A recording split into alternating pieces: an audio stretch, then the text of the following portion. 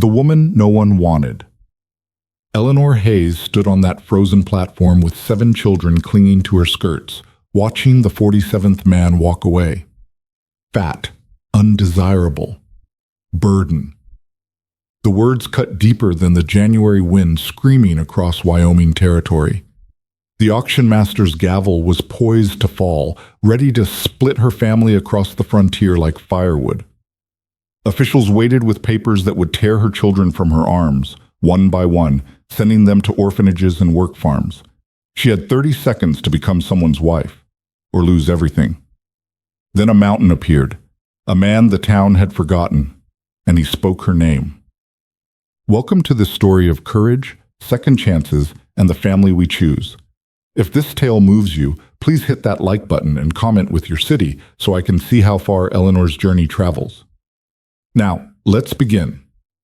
The wind came down from the mountains like a living thing, hungry and mean, tearing at the canvas awning stretched over the makeshift platform in Covenant Creek. Eleanor Hayes felt it bite through her wool coat, the good one she'd carefully mended 3 times, the one she'd promised herself would make her look respectable, wanted, worth choosing. It hadn't worked.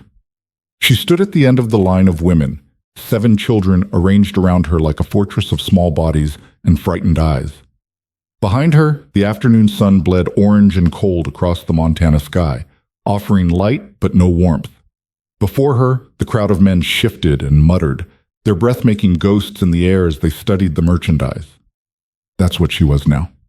Merchandise.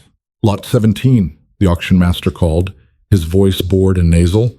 Eleanor Hayes, widow, age 32. 7 children, ages 3 to 13. The murmuring grew louder. A few men actually laughed. Eleanor kept her chin level, her hands folded at her waist. She'd learned long ago that dignity was sometimes all you had left, and you protected it like you'd protect your last dollar or your last match in a blizzard. Her daughter Sarah, 13 and too wise for her years, pressed closer to her side. Eleanor felt the girl's hand slip into hers, small and cold. "It's all right," Eleanor whispered, though they both knew it was a lie. The auction master cleared his throat. Opening bid, $75, includes transport and settlement fees for the woman and, he paused, consulting his ledger with obvious distaste, all 7 children. Silence answered him. Eleanor had known it would come to this. She'd known it when she'd signed the papers in Philadelphia 3 months ago, when the Bride Society representative had looked at her over wire-rimmed spectacles and said, "The frontier needs women, Mrs. Hayes. Any woman. They're not particular." She'd known it when she'd sold everything she owned to pay for the train tickets west, when she'd promised her children that they'd have a new life, a new beginning, a chance. She'd known it, and she'd come anyway, because debt collectors didn't care about your dignity, and the factory bosses in Philadelphia didn't care if your children starved while you worked 16-hour shifts. The West had seemed like hope, even if it was desperate hope, the kind that tasted like copper in your mouth. $70, the auction master tried again. His breath made clouds. 65? A man in a beaver hat spat tobacco juice into the mud. "Too fat," he said conversationally. "And 7 brats? Might as well buy a plague." Eleanor felt Sarah's hand tighten. She squeezed back, steady and sure. The other children, Thomas, James, William, Margaret, Catherine, and little Edward, stood silent as stones. She taught them that much. When people looked at you like you were nothing, you gave them nothing back. No tears, no pleading, just the knowledge that they were wrong, and someday, somehow, you'd prove it. $50, the auction master said, and now there was an edge to his voice. Behind the platform, Eleanor could see the Bride Society officials conferring in low voices. One of them, a sharp-faced woman named Mrs. Cromwell, kept glancing at a sheaf of papers, then at Eleanor's children. Eleanor knew what those papers were: orphanage commitments, work farm contracts, the backup plan for when merchandise didn't sell.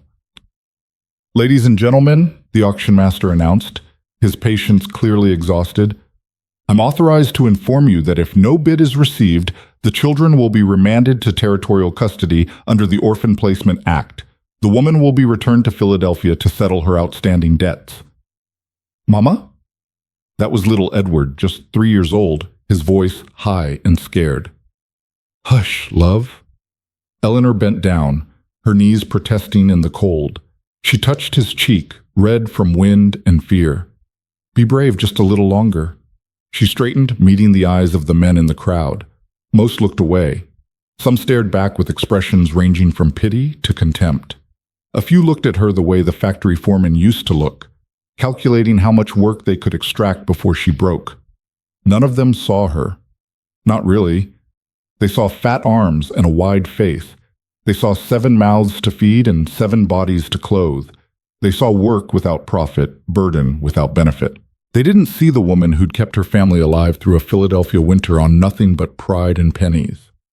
They didn't see the mother who'd learned to set bones and stitch wounds because doctors cost money. They didn't see Eleanor, who could butcher a chicken, balance a ledger, read Latin, and make a coat last 3 children across 5 winters. They saw weight, and in their minds, weight meant weakness. "Going once?" the auction master said. Eleanor's heart hammered against her ribs. Sarah was crying now, silent tears tracking down her thin face. Thomas, 11 years old and trying so hard to be a man, had his jaw clenched so tight Eleanor could see the muscle jumping. The younger children huddled together, a knot of fear and failing hope. Going twice? This was it. This was the moment Eleanor's gamble failed, the moment hope revealed itself as the liar it had always been. She should never have brought them here. She should have stayed in Philadelphia, should have found another way, should have $300. The voice came from the back of the crowd, deep and rough as a rock slide. Every head turned. A man stood at the edge of the platform, and Eleanor's first thought was that he wasn't a man at all, but something carved from the mountains themselves. He stood well over 6 feet, broad through the shoulders and thick through the chest, dressed in buckskin and fur that made him look like a bear standing upright. His hair fell past his shoulders, dark and shot through with gray, and his face was all hard angles and harder lines, sharp cheekbones, a jaw like granite, and eyes the color of winter ice. The crowd parted for him, the way water parts for a stone. "Did you say 300, Caleb?" The auction master sounded stunned. "I did." The man, Caleb, moved forward with the easy grace of something wild and dangerous. His boots left deep prints in the half-frozen mud. "That cover it?" "That's—" "Yes, that more than covers it. That covers her passage, the settlement fees, provisions for the children, all 7 of them," Caleb said. It wasn't a question. The auction master blinked. Yes, all 7 children. Are you certain?" "I'm certain." Caleb's eyes swept across Eleanor's children, assessing them the way a man might assess livestock or timber. Then his gaze landed on Eleanor herself. She made herself meet it, made herself stand straight despite the trembling in her legs, despite the strange, dizzy relief flooding through her, despite the fear that came right behind it. This man was buying her children. She didn't know him, didn't know what he wanted, what he expected, what kind of life awaited them in whatever hole he'd crawled out of. But she knew what awaited them if she refused. "Mrs. Hayes," Caleb said, and his voice was surprisingly measured for a man who looked like he could tear trees out by the roots. "You understand what this is? What I'm offering?" Eleanor swallowed. "A marriage contract. Shelter and provision in exchange for domestic services." Something flickered in those ice-chip eyes. It might have been approval. "That's one way to put it. Here's another. I got a homestead up in the high country. 2-day ride from here, hard traveling. It's isolated, it's rough. Winters last 6 months and will try to kill you. The work is hard and there's a lot of it. I need someone who can cook, clean, mend, preserve food, and help me manage the place. In return, I'll provide shelter, food, protection, and I'll see your children are clothed and fed until they're old enough to make their own way." He paused, letting the words settle. "I'm not offering romance, Mrs. Hayes. I'm not offering gentle words or easy living. I'm offering survival. You do your part, I'll do mine. Your children will be safe, they'll have a roof, and they'll learn to work. That's the deal. You want it or not?" The crowd had gone silent. Even the wind seemed to be holding its breath. Eleanor looked at her children, at Sarah's tear-stained face and Thomas's desperate hope, at the little ones who didn't fully understand but knew that Mama was the only solid thing in a world that kept shifting under their feet. She looked at Mrs. Cromwell in her papers.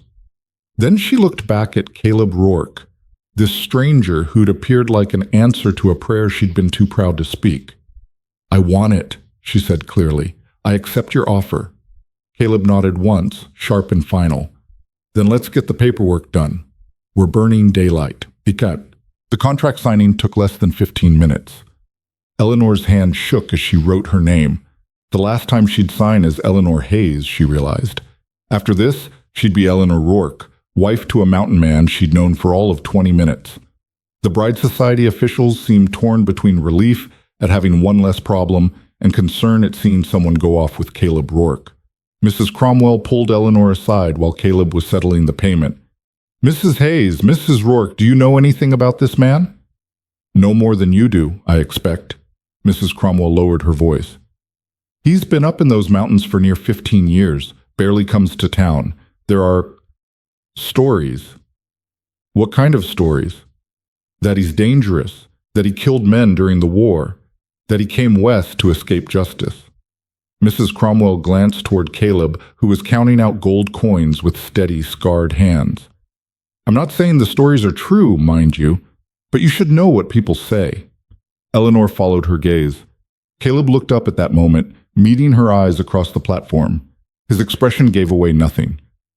"Mrs. Cromwell," Eleanor said quietly, "people have been telling stories about me too. That I'm lazy because I'm fat, that I'm a burden because I have children, that I'm worth less than $50. She turned back to the official.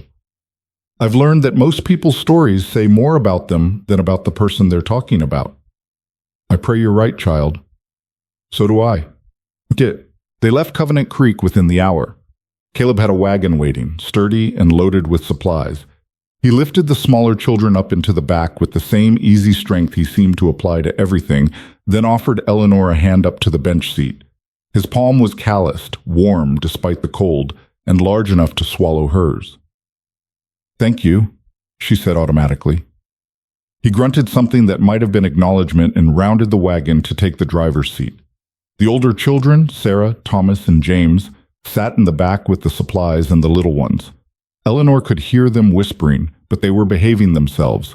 They knew better than to cause trouble when things were uncertain. Caleb clicked his tongue, and the horses started forward, pulling the wagon away from the platform and the crowd and the life that might have been. Eleanor didn't look back.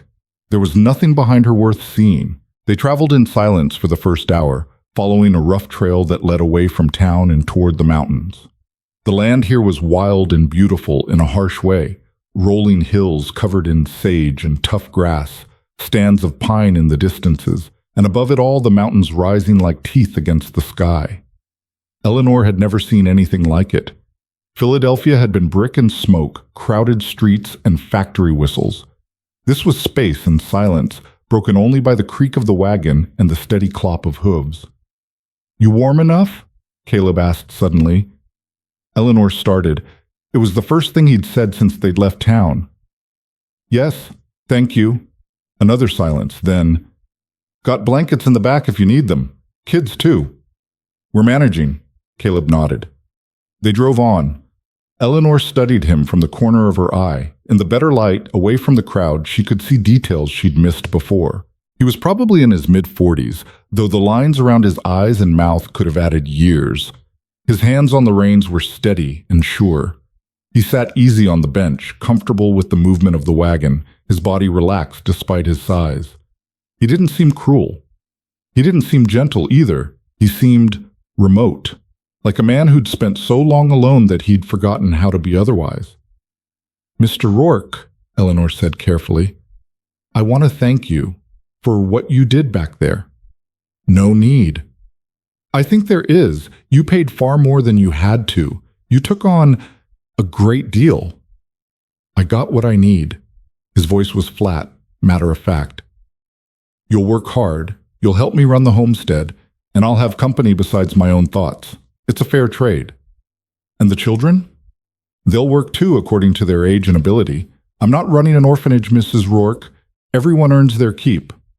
The words were harsh, but Eleanor found herself nodding. She understood this language, the language of work and worth, of practical exchange.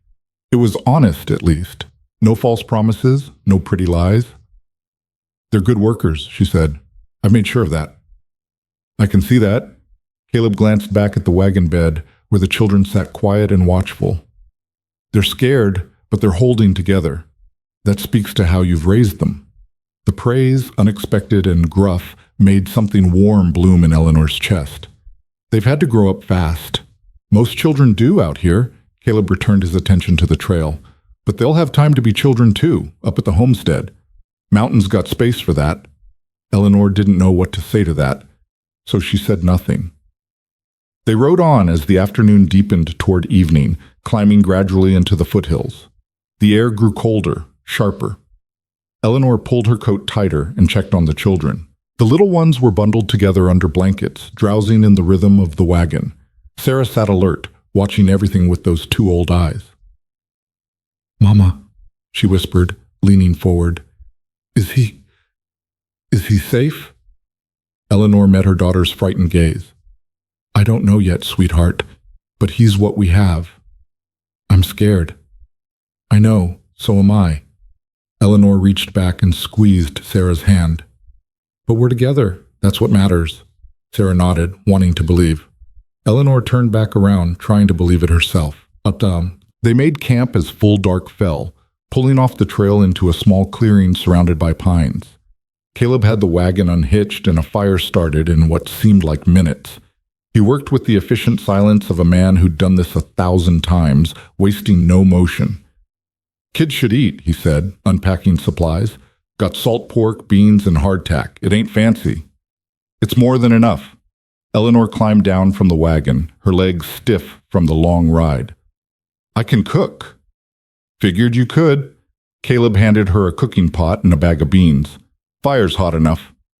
Eleanor set to work, grateful to have something to do with her hands. The children gathered around the fire, drawn to its warmth. Caleb retrieved more blankets from the wagon and distributed them without comment, making sure even little Edward got one wrapped around his shoulders. The beans and salt pork made a simple stew, but it was hot and filling. Eleanor served the children first, making sure each one ate, before taking a portion for herself. Caleb ate, standing up, away from the fire, his eyes constantly scanning the darkness beyond their camp. "Are we in danger?" Eleanor asked quietly. "Always are, in wild country, but nothing specific tonight. Just habit." He finished his food and set the bowl aside. "You and the kids can sleep in the wagon. I'll keep watch." "All night?" "Don't need much sleep." Eleanor wanted to argue, to say it wasn't necessary, but exhaustion was pulling at her like a tide. The children were already drooping, heavy-lidded and yawning. "Thank you," she said instead.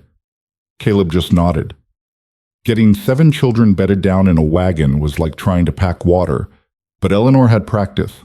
She arranged them like puzzle pieces, the little ones in the middle where it was warmest, the older ones on the edges.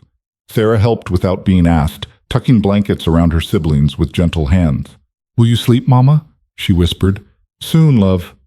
But Eleanor sat at the back of the wagon for a while, watching Caleb Rourke sit by the fire. He'd added more wood, building it up against the night cold.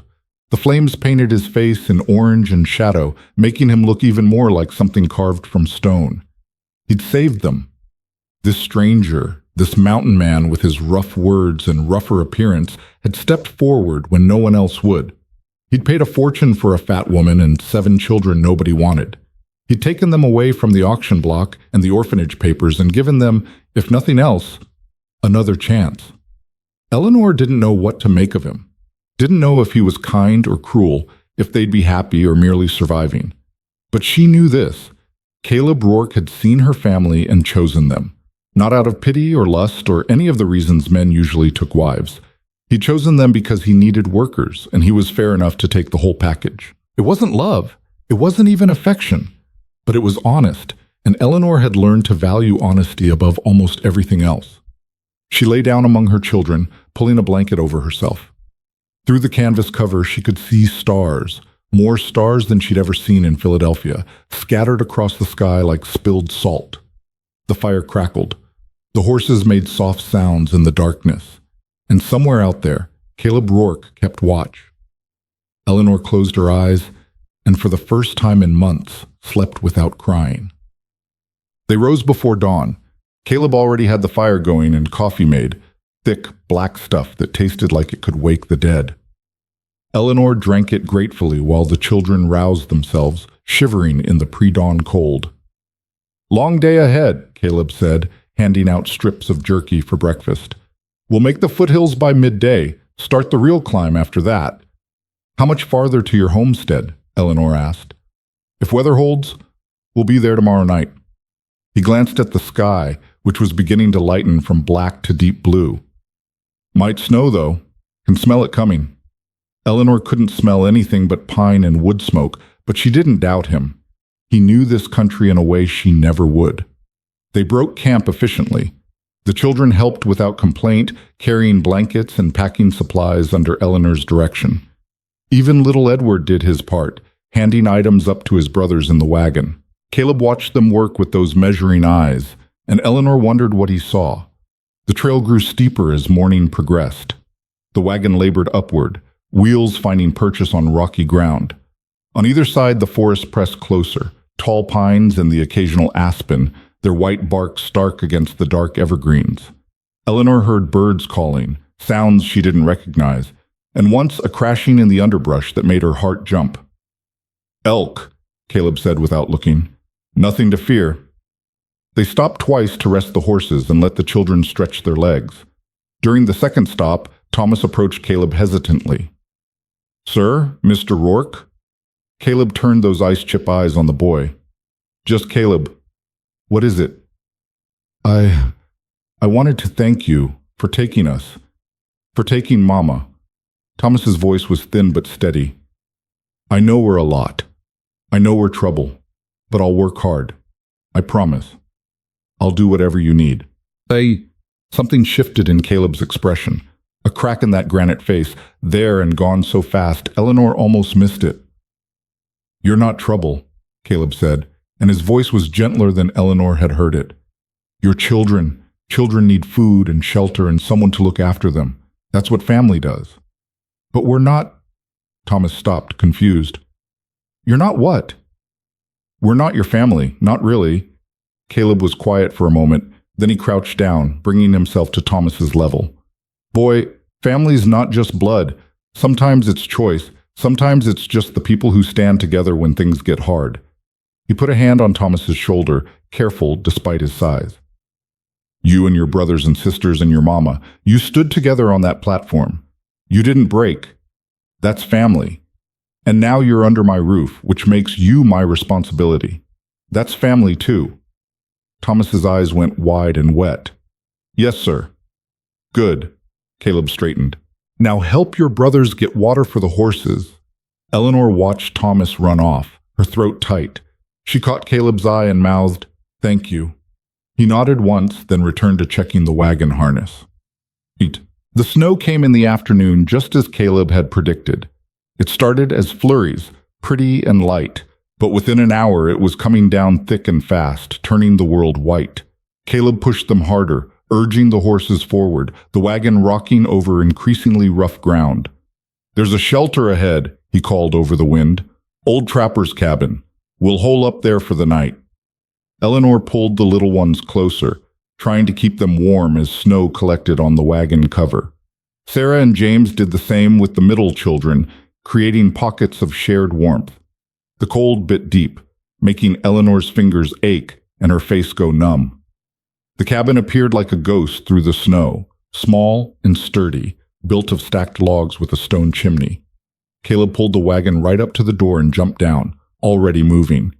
He had the children inside in minutes, then came back for Eleanor. "Can you handle the little ones while I see to the horses?" "Yes."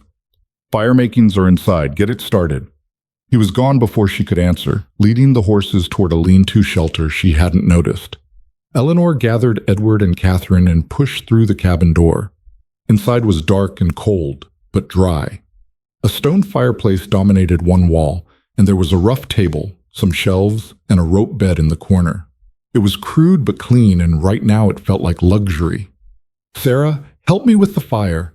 Thomas, James, check those shelves for supplies." Her children moved like a small army, well-drilled and efficient. Within minutes, they had a fire crackling and small bodies arranged around it. Eleanor found a broom in the corner and swept snow from their clothes and hair. The cabin was slowly warming. Caleb came in carrying armloads of supplies from the wagon. He made 3 trips, bringing in food, blankets, and Eleanor's one trunk of possessions. Snow covered his hair and shoulders, turning him into something even more elemental. "Storm's settling in hard," he said, shaking off snow. "We'll be here tonight, and maybe tomorrow." "The horses?" "Sheltered and fed. They'll be fine." He moved to the fire, holding his hands to the warmth. "You did good getting this going." "The children helped. They're good kids." He looked around at them, huddled together like puppies. "They always this quiet?" "They've learned to be careful around strangers." Caleb's jaw tightened. "I'm not going to hurt them, Mrs. Rourke.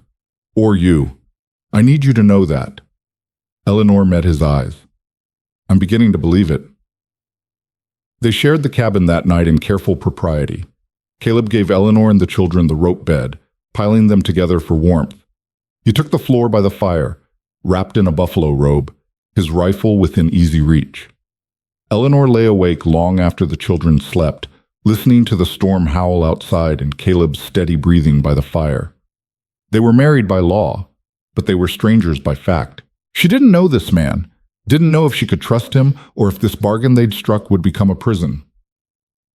But she knew this. He could have taken advantage, could have demanded his rights as a husband, could have treated them harshly, coldly, as property he'd purchased. Instead, he'd given them warmth and safety. He'd spoken gently to her son. He'd made sure even the smallest child had a blanket. Maybe that was enough. For now, maybe that was enough. Eleanor closed her eyes and slept, while outside the storm buried the world in white. The storm broke just before dawn, leaving the world transformed. Eleanor woke to silence. Not the absence of sound, but a different kind of quiet, thick and muffled, like the world was holding its breath. Through the cabin's single window, she could see snow piled nearly 3 feet deep, glittering in the pale morning light. Caleb was already up, adding wood to the fire. He moved quietly despite his size, trying not to wake the children still tangled together on the rope bed. "Morning," he said when he noticed Eleanor stirring. "Coffee's on." "Thank you." Eleanor carefully extracted herself from the pile of sleeping children, tucking blankets around them. Catherine murmured something in her sleep and burrowed deeper. "How bad is it out there?" "Bad enough. We'll need to dig out before we can move the wagon." Caleb poured coffee into 2 tin cups, handing her one. "Might take most of the day." Eleanor accepted the coffee, wrapping her cold hands around the cup's warmth. She could see the calculation in his eyes, the same kind of practical assessment she'd learned to make herself. Weather, supplies, effort required versus reward. It was the arithmetic of survival. "The children and I can help," she said. "The older ones, maybe. Little ones should stay inside where it's warm." He took a long drink of his coffee, studying her over the rim. "You ever work in snow like this?" "No, Philadelphia got snow, but nothing like this.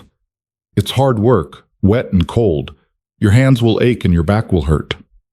"I'm used to hard work, Mr. Rourke, and I'm stronger than I look." Something flickered in his expression, that same crack in the granite she'd seen when he'd spoken to Thomas. "I don't doubt that, Mrs. Rourke. Woman who kept 7 children alive on her own doesn't get to be weak." The acknowledgement settled between them, honest and ungarnished. Eleanor found herself warming to this man despite his rough edges, or perhaps because of them. He didn't offer pretty words or false comfort, but he saw her. Really saw her, past the weight and the worry lines and the desperation that had driven her west. "We should feed the children before we start," she said. "They'll be hungry." "Already thought of that." Caleb gestured to the fireplace, where a pot was warming. "Made porridge. Nothing fancy, but it'll stick to their ribs." Eleanor moved to check it, stirring the thick oats. Caleb had added dried berries and a touch of honey, small kindnesses that spoke louder than any speech. She heard rustling behind her as the children began to wake, drawn by the smell of food and the warmth of the fire. Edward sat up first, his hair sticking up in all directions. "Mama?" "Right here, sweetheart." Eleanor turned to smile at him. "We're snowed in for a bit, but we're safe and warm." The children emerged from their nest of blankets like chicks from an egg, rumpled, sleepy, and cautiously hopeful. Caleb watched them with those measuring eyes as Eleanor served breakfast, making sure each child got a full portion. "Mr. Rourke," Sarah said quietly, accepting her bowl. "Thank you for the shelter." "Just Caleb," he said, the same words he'd given Thomas. "And you're welcome." They ate in companionable silence, the only sounds the crackling fire and the scrape of spoons against bowls. When everyone had finished, Caleb stood and stretched, his head nearly brushing the cabin's low ceiling. "All right. Thomas, James, William, you're with me and your mother. We're going to dig out the wagon and clear a path. Sarah, you're in charge inside. Keep the fire going and watch the little ones." Sarah nodded solemnly, already moving to gather her younger siblings. Eleanor felt a surge of pride at her daughter's confidence, the way she'd learned to step up without being asked. Outside, the world was blindingly white. Snow covered everything in soft, deceptive drifts that hid rocks and roots. The wagon was buried to its wheel hubs, and the lean-to shelter where the horses stood looked like a snow fort. "We start with the horses," Caleb said, handing shovels to Thomas and James. "Clear the lean-to first. Make sure they've got room and can see out. Then we dig out the wagon." He looked at Eleanor. "You good with the shovel?" "I'll manage." The work was exactly as brutal as Caleb had warned. The snow was heavy and wet, each shovelful a strain on Eleanor's back and shoulders. Within minutes, she was sweating despite the cold, her breath coming hard. But she kept pace with the boys, matching them stroke for stroke, refusing to be the weak link. Caleb worked like a machine, moving snow in quantities that seemed impossible. His shoulders flexed under his buckskin shirt, powerful and sure. He didn't talk much, just directed the work with quiet efficiency, showing the boys where to put their effort for maximum effect. "Good," he'd say when Thomas found the right angle for his shovel. "That's it. Use your legs, not your back." Or to James, "Don't try to lift too much at once. Small loads, steady pace, you'll last longer." He was teaching them, Eleanor realized, not just ordering them around, but showing them how to work smart, how to husband their strength. The boys responded to it, their backs straightening with pride at his praise. They'd been working for perhaps an hour when Eleanor heard it, a sound like distant thunder, but wrong somehow. She looked up, scanning the mountains, and saw Caleb frozen, his head cocked, listening. "What is it?" she asked. "Quiet." His voice was sharp, then louder. "Everyone inside. Now." The tone brooked no argument. Thomas and James dropped their shovels and ran. Eleanor started to follow, but Caleb caught her arm. "Get them away from the windows. Get them under the table or against the back wall." "Caleb, what?" "Do it now." He was already moving, heading not for the cabin, but for the lean-to, for the horses. Eleanor ran.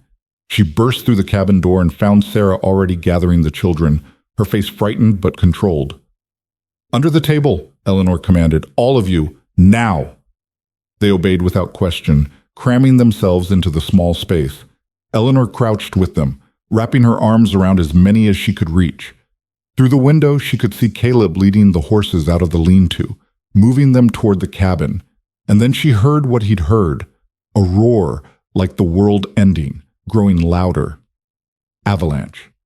She saw the snow wall hit, a churning white monster that swept through the trees 100 yards upslope. It missed them, but not by much. The cabin shook. Snow and ice pelted the roof. The roar filled the world, drowning out Edward's frightened crying and Margaret's prayers. Then, as suddenly as it had started, it stopped. Eleanor waited, counting heartbeats. When nothing else came, she carefully disentangled herself from the children and moved to the window. The landscape had changed. Where there had been a gentle slope, there was now a jagged scar of broken trees and churned snow. The avalanche had carved a new path down the mountain, and if they'd been a little further upslope, if Caleb hadn't heard it coming. The door opened and Caleb entered, leading both horses inside the cabin. "What are you doing?" Eleanor asked, too shocked to be polite. "Keeping them alive." Caleb guided the animals to the far corner, away from the fire. "The lean-to's gone. Avalanche took it. They stay in here or they freeze." "But in the cabin? With the children?" Horses are clean, they're gentle, and they'll add warmth. Caleb's voice was flat, brooking no argument. Children need to learn to live with animals anyway, if they're going to survive in this country. He was right, Eleanor knew, but it was still strange to have two large horses standing in what passed for their living room. The children stared wide-eyed. Little Edward actually giggled. "Can I touch them?" he asked. "Gentle," Caleb said. "Let them smell your hand first." He showed Edward how to approach the horses, how to move slowly and speak softly. Soon, all the children were gathered around, tentatively petting the animals' soft noses. The horses, used to Caleb's presence, accepted the attention calmly. Eleanor watched Caleb with her children, this rough mountain man crouching down to guide small hands, his voice patient as he explained about horses and their care. He could have been harsh, could have told them to stay away, to be quiet, to stop being underfoot. Instead, he was teaching them, the same way he'd taught the boys to shovel. "You're good with them," she said quietly. Caleb glanced up, then back to the children. "Had younger brothers once, long time ago?" The past tense hung heavy in the air. Eleanor wanted to ask, wanted to know what had happened to those brothers, what had driven Caleb into these mountains alone. But the set of his shoulders told her the door was closed on that subject. "We're stuck here another night at least," Caleb said, standing. "Maybe two. The trail's going to be dangerous after that slide. Do we have enough supplies?" "We do. I always pack extra." He moved to check the supplies he'd brought in, taking inventory. "We'll be fine. Tight quarters, but fine."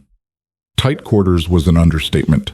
2 adults, 7 children, and 2 horses in a one-room cabin made for cramped living. But Eleanor had learned to make do with less. She organized the children, setting them tasks, folding blankets, organizing supplies, keeping the fire fed. Sarah helped her prepare the midday meal, a simple stew made from salt pork and dried vegetables. They ate in shifts, the children first, then Eleanor and Caleb. The horses munched hay in their corner, their presence oddly comforting. The cabin smelled of wood smoke and cooking and animal warmth, not unpleasant, just different from anything Eleanor had known. "Tell me about your homestead," Eleanor said as they ate. "What should we expect when we get there?"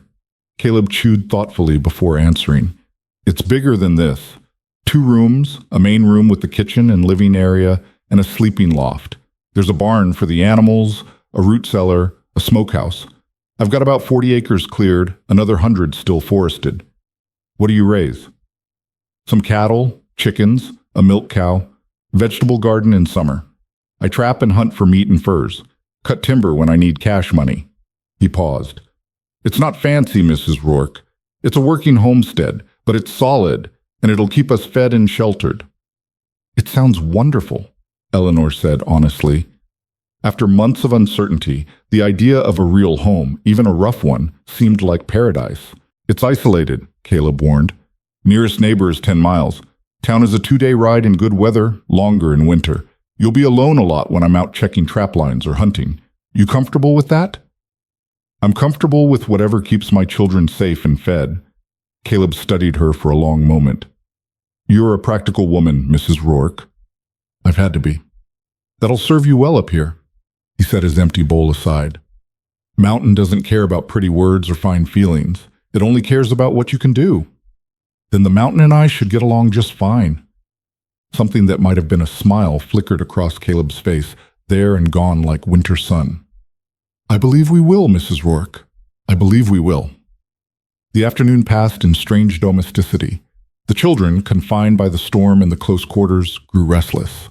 Eleanor set them to lessons, reading from the one book she'd brought, practicing their letters on the back of old papers with a stub of pencil. Caleb watched this with interest.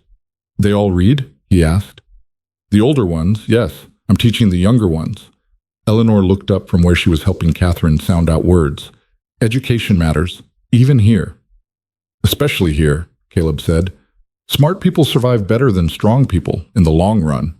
He moved to his pack and pulled out a worn book. "Got this, if they want it. Robinson Crusoe. Read it so many times I've got parts memorized."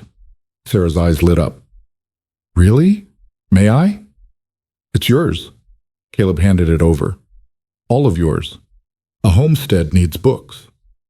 Eleanor felt something warm and dangerous unfurl in her chest.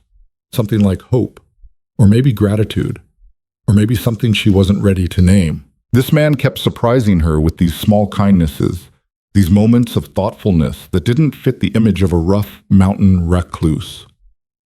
As evening fell, they arranged themselves for another night in the crowded cabin. The horses dozed in their corner. The children piled together on the rope bed, with Sarah reading aloud from Robinson Crusoe by firelight. Her voice was soft and clear, and even the littlest ones listened, captivated by the story of survival and perseverance. Eleanor sat by the fire with Caleb, mending a tear in William's coat. Her needle flashed in the firelight, pulling thread through fabric with practiced ease. "Where'd you learn that?" Caleb asked, nodding at her work. "Factory. I did piecework, mending and alteration. It was better than the assembly lines." Eleanor bit off a thread. "Paid less, but I could bring it home, work while watching the children." "Your husband," Caleb started, then stopped. "It's all right, you can ask." Eleanor smoothed the mended fabric. "He was a good man, a dock worker, strong and kind and honest." Her voice grew soft. "There was an accident. A chain broke. A load fell. He was killed instantly. I'm sorry. So am I. But I had 7 children to feed and no time for grief." She looked up at him. "The factory paid barely enough to keep us alive. The debt collectors came anyway, medical bills from the births, rent, everything. I tried.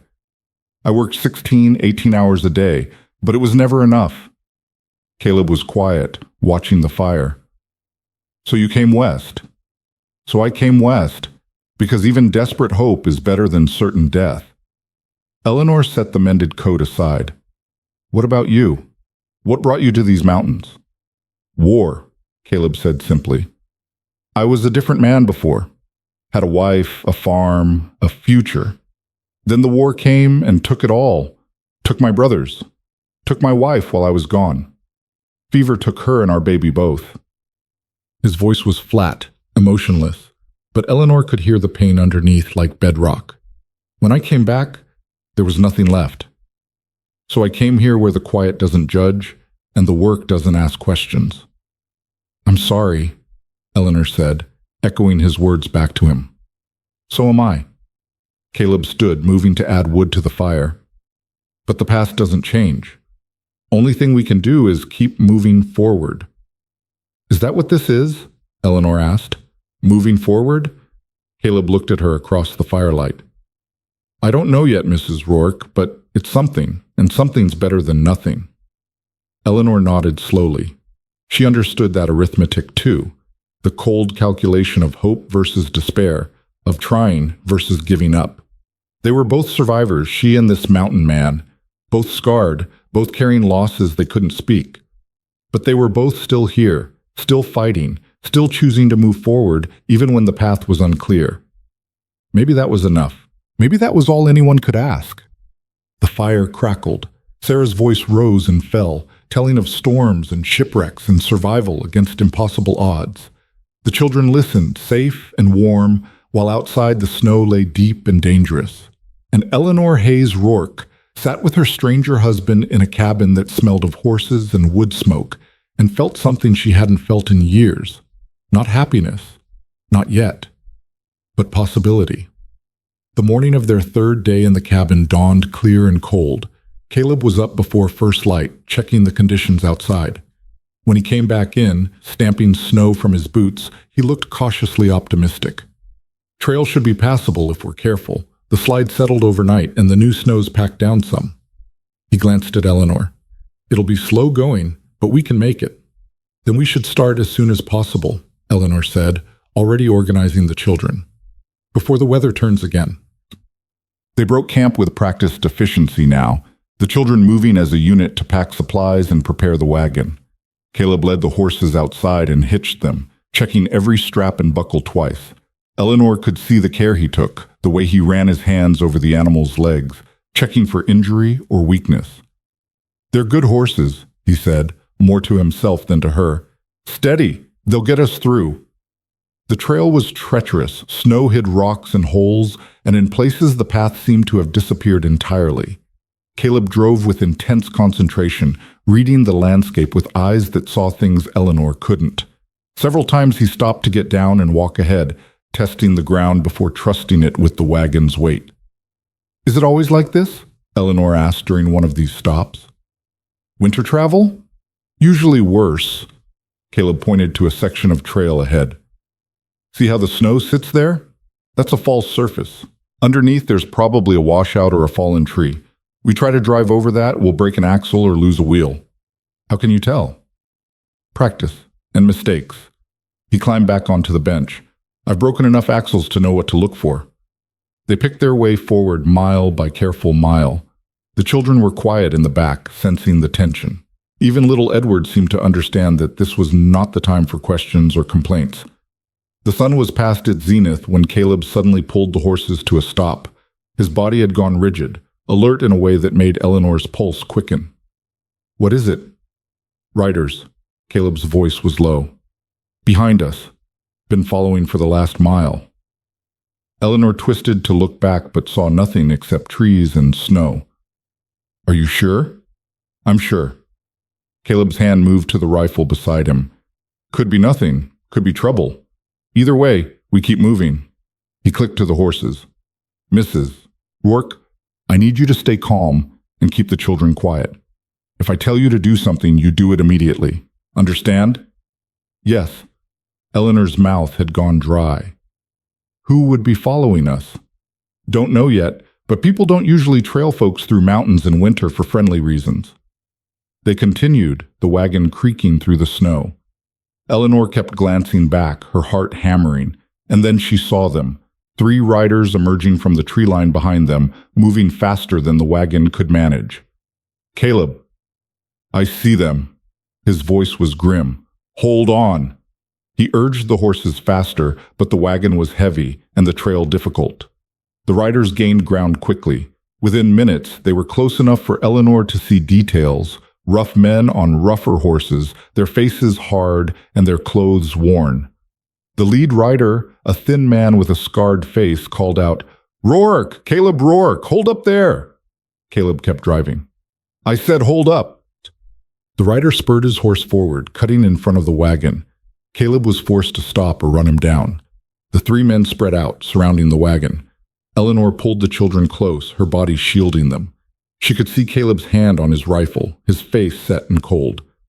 "What do you want, Crowley?" Caleb's voice was flat.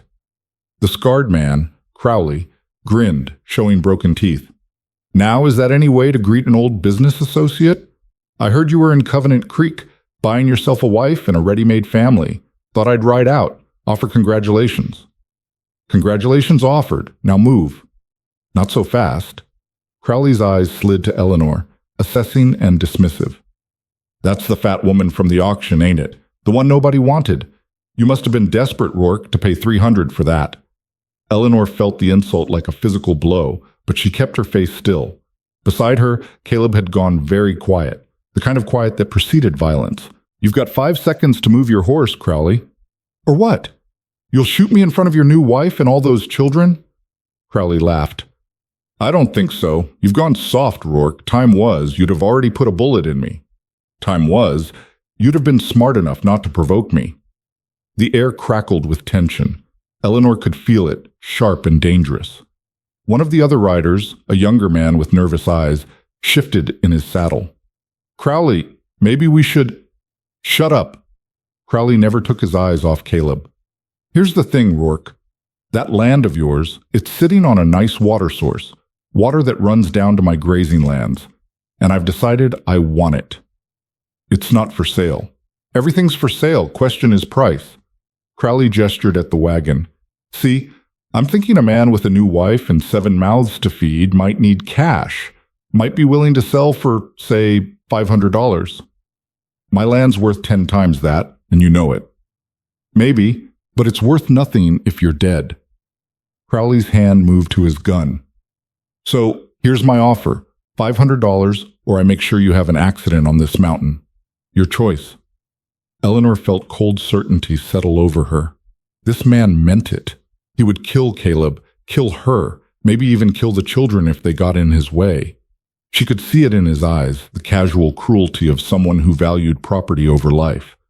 But she could also see something else. She could see Caleb's hand steady on his rifle, his body coiled and ready. She could see the other two riders' nervousness, the way they kept glancing at each other.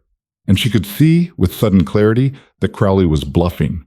He was afraid of Caleb. That's why he'd brought two men. That's why he was talking instead of shooting. He was hoping to intimidate, to threaten without actually fighting, because he knew that in a real fight, Caleb Rourke would destroy him. "Mr. Crowley," Eleanor said clearly, surprised by how steady her voice sounded. "You should leave now." Crowley's eyes snapped to her. "What?" "You heard me. You should leave, because you're not going to shoot anyone, and you're not going to get my husband's land, and every second you stay here makes you look more foolish." "Foolish?" Crowley's face darkened. "Woman, you don't know who you're talking to." "I know exactly who I'm talking to, a bully and a coward who thinks he can frighten people into giving him what he wants." Eleanor straightened, feeling her children pressed against her back, drawing strength from their need for her to be strong. "But you picked the wrong people to threaten, Mr. Crowley. My husband isn't afraid of you, and neither am I." For a moment, Crowley just stared at her, shock and rage warring on his scarred face. Then he started to laugh, a harsh, ugly sound. "Well, well, the fat lady's got teeth." He looked at Caleb. "That's quite a wife you bought yourself, Rourke. Pity she won't live long enough to warm your bed." He went for his gun. Caleb was faster. The rifle came up smooth as water, and the crack of the shot echoed off the mountains. Crowley's hat flew off his head, and his horse reared. The other two riders' horses spooked, dancing sideways. In the chaos, Caleb had the rifle reloaded and aimed before any of them could draw. "Next one doesn't miss," Caleb said quietly. "Now ride." Crowley's face had gone white. His hand hovered near his gun, but he didn't draw. For a long moment, he and Caleb stared at each other, a contest of wills that Eleanor could feel crackling in the air. Then Crowley jerked his horse around. "This isn't over, Rourke." "Yes, it is. You come near my family again, I won't aim high." Caleb's voice was flat and final. "Now, get off my mountain." The three men rode away, fast and angry. Caleb watched them until they disappeared into the trees, then slowly lowered the rifle. His hands, Eleanor noticed, were completely steady. "Are they gone?" Sarah's voice was small and frightened from the back of the wagon. "They're gone," Caleb said. He looked at Eleanor, and something new was in his eyes. Respect, maybe, or recognition. "You shouldn't have spoken up like that. Could have gotten yourself killed." "Could have. Didn't." Eleanor found she was shaking now, the fear catching up with her. He was bluffing. Maybe, maybe not. Caleb clicked to the horses, getting them moving again. Either way, it was a brave thing to do. Or a foolish one. Sometimes those are the same thing. They drove in silence for a while, putting distance between themselves and the confrontation. Eleanor's heart gradually slowed, her breathing steadied. Behind her, she could hear the children whispering, processing what had happened. "Will they come back?" she asked finally. "Probably. Crowley doesn't let things go." Caleb's jaw was tight. "But not today. And by the time they try again, we'll be home. On my land, with my guns and my walls. Let them come then. You fought him before. Different kind of fight. He's been trying to get my land for years. Legal challenges, mostly. Trying to prove I don't have clear title, that I'm squatting. Never worked." Caleb glanced at her. "But he's getting desperate. Water rights are valuable, and mine control the flow to his whole spread. He needs that water, or his cattle operation fails. So he'll keep trying." "Yes." Caleb's voice was grim. "But now he knows you're not just decoration. That you'll stand. That makes you dangerous to him." Eleanor didn't know if that was a compliment or a warning. Maybe both. They pushed hard the rest of the day, Caleb driving them forward with single-minded determination. The trail climbed higher into the mountains, the air growing thinner and colder. Eleanor could see peaks all around them now, white and sharp against the blue sky. As the sun began to set, painting the snow in shades of rose and gold, Caleb pointed ahead. "There," he said. "Home." Eleanor looked and saw, Nestled in a small valley between protective ridges, a homestead. The house was larger than the cabin, built of solid logs with a stone chimney from which smoke curled. Behind it stood a barn and several outbuildings.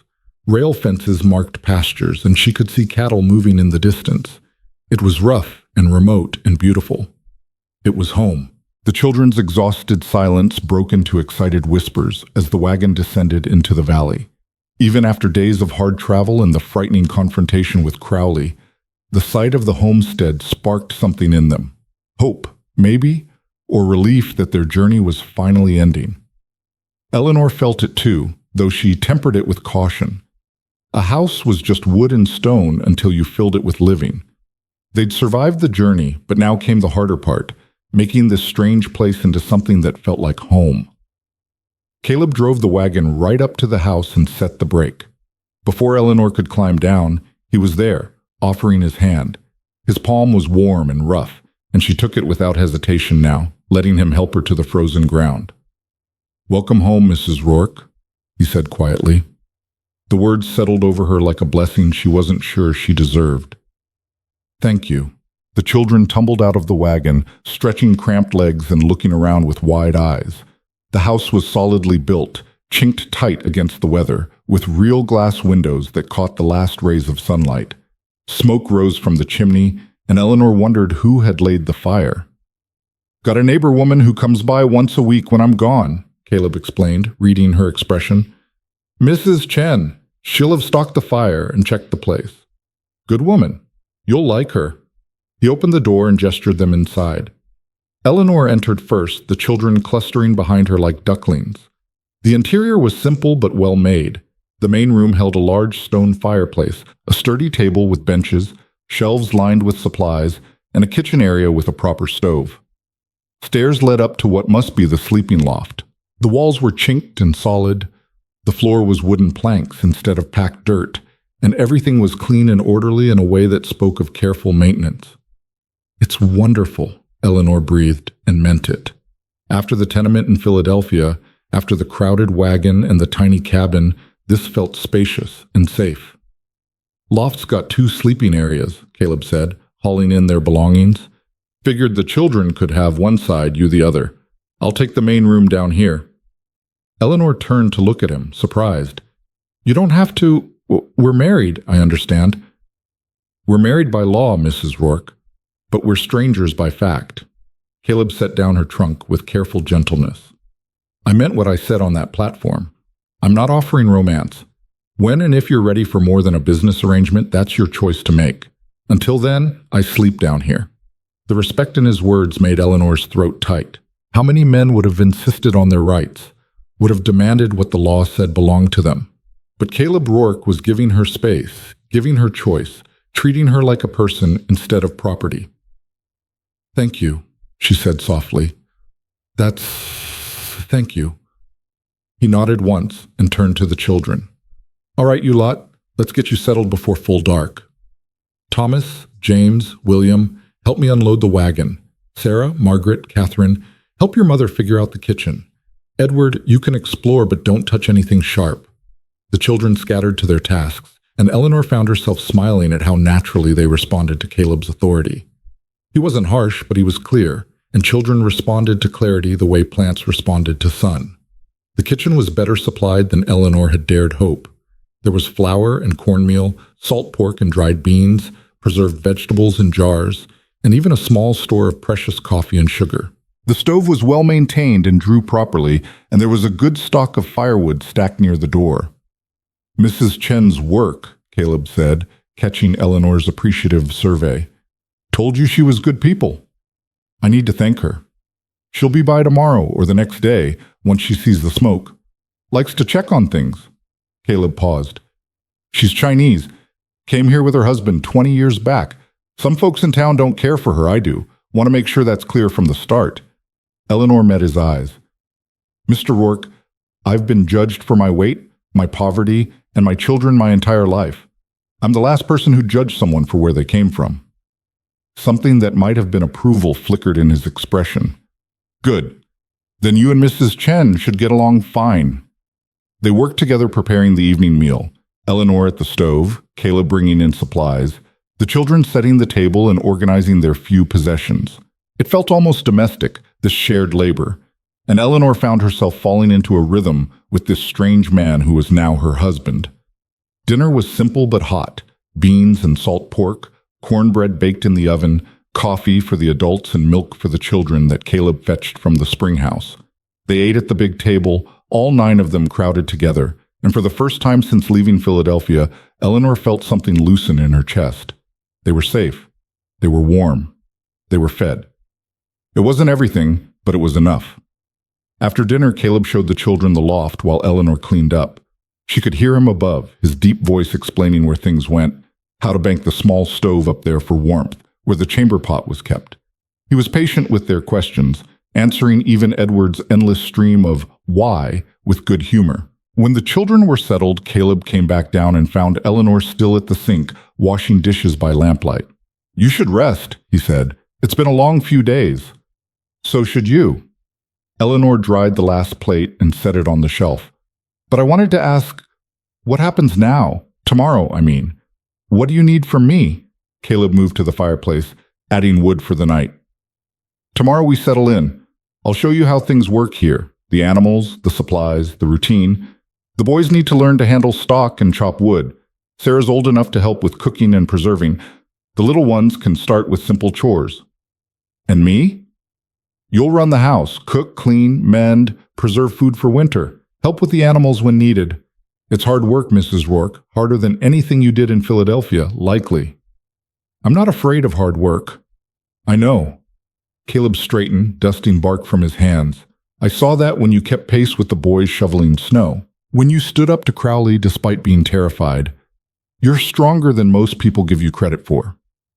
The praise warmed Eleanor more than the fire. "You see things other people miss." "I see what's there. Most people see what they expect." He paused, studying her. "I expected a desperate woman. Someone broken by circumstances. What I got was a fighter. We're both fighters, I think, just fighting different battles." "Maybe." Caleb moved toward his bedroll, which he'd laid out near the fire. "Get some sleep, Mrs. Rourke. Tomorrow starts early."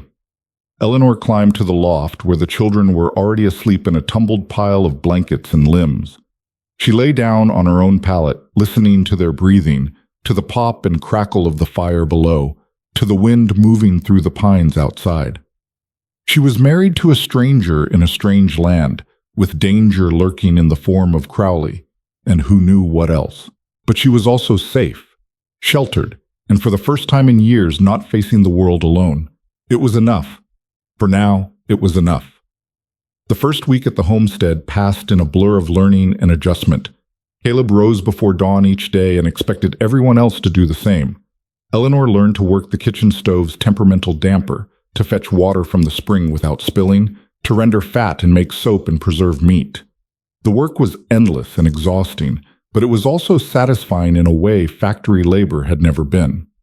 Here she could see the results of her effort: meals that fed her family, clothes that kept them warm, a house that slowly began to feel lived in and loved. The children adapted faster than Eleanor expected. Thomas and James took to ranch work like they'd been born to it, following Caleb around with eager questions.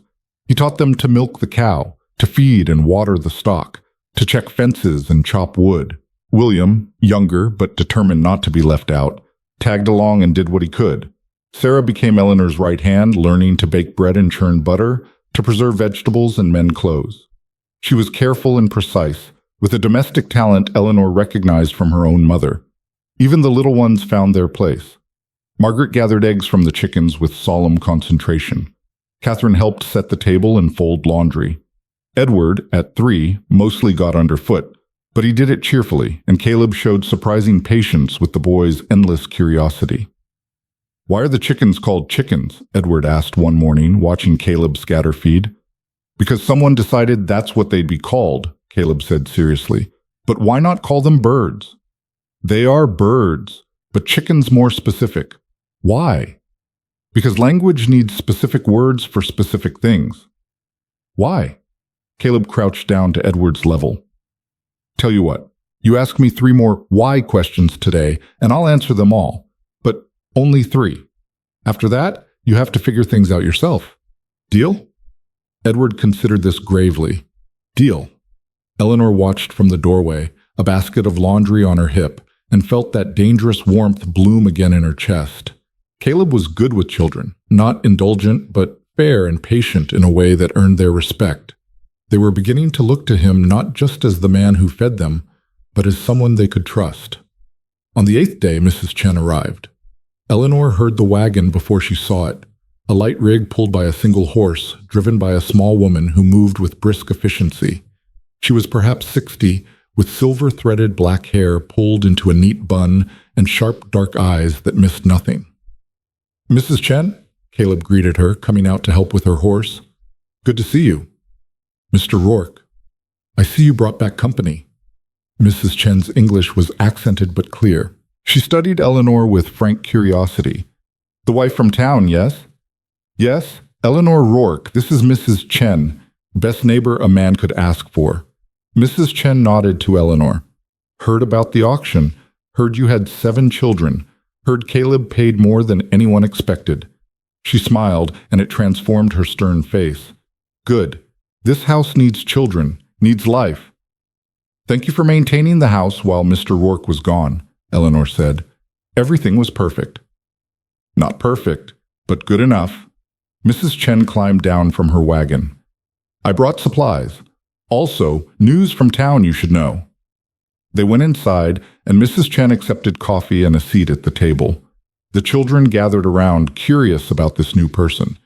Mrs. Chen studied them each in turn, then nodded as if they'd passed some invisible test. "Good children, quiet but not broken. That's right." She turned to Caleb. "Now, the news. Silas Crowley was in town 3 days ago. Told people you threatened him on the mountain. Tried to shoot him, he says." "I shot his hat off when he drew on me," Caleb said flatly. "After he threatened my family." "I know.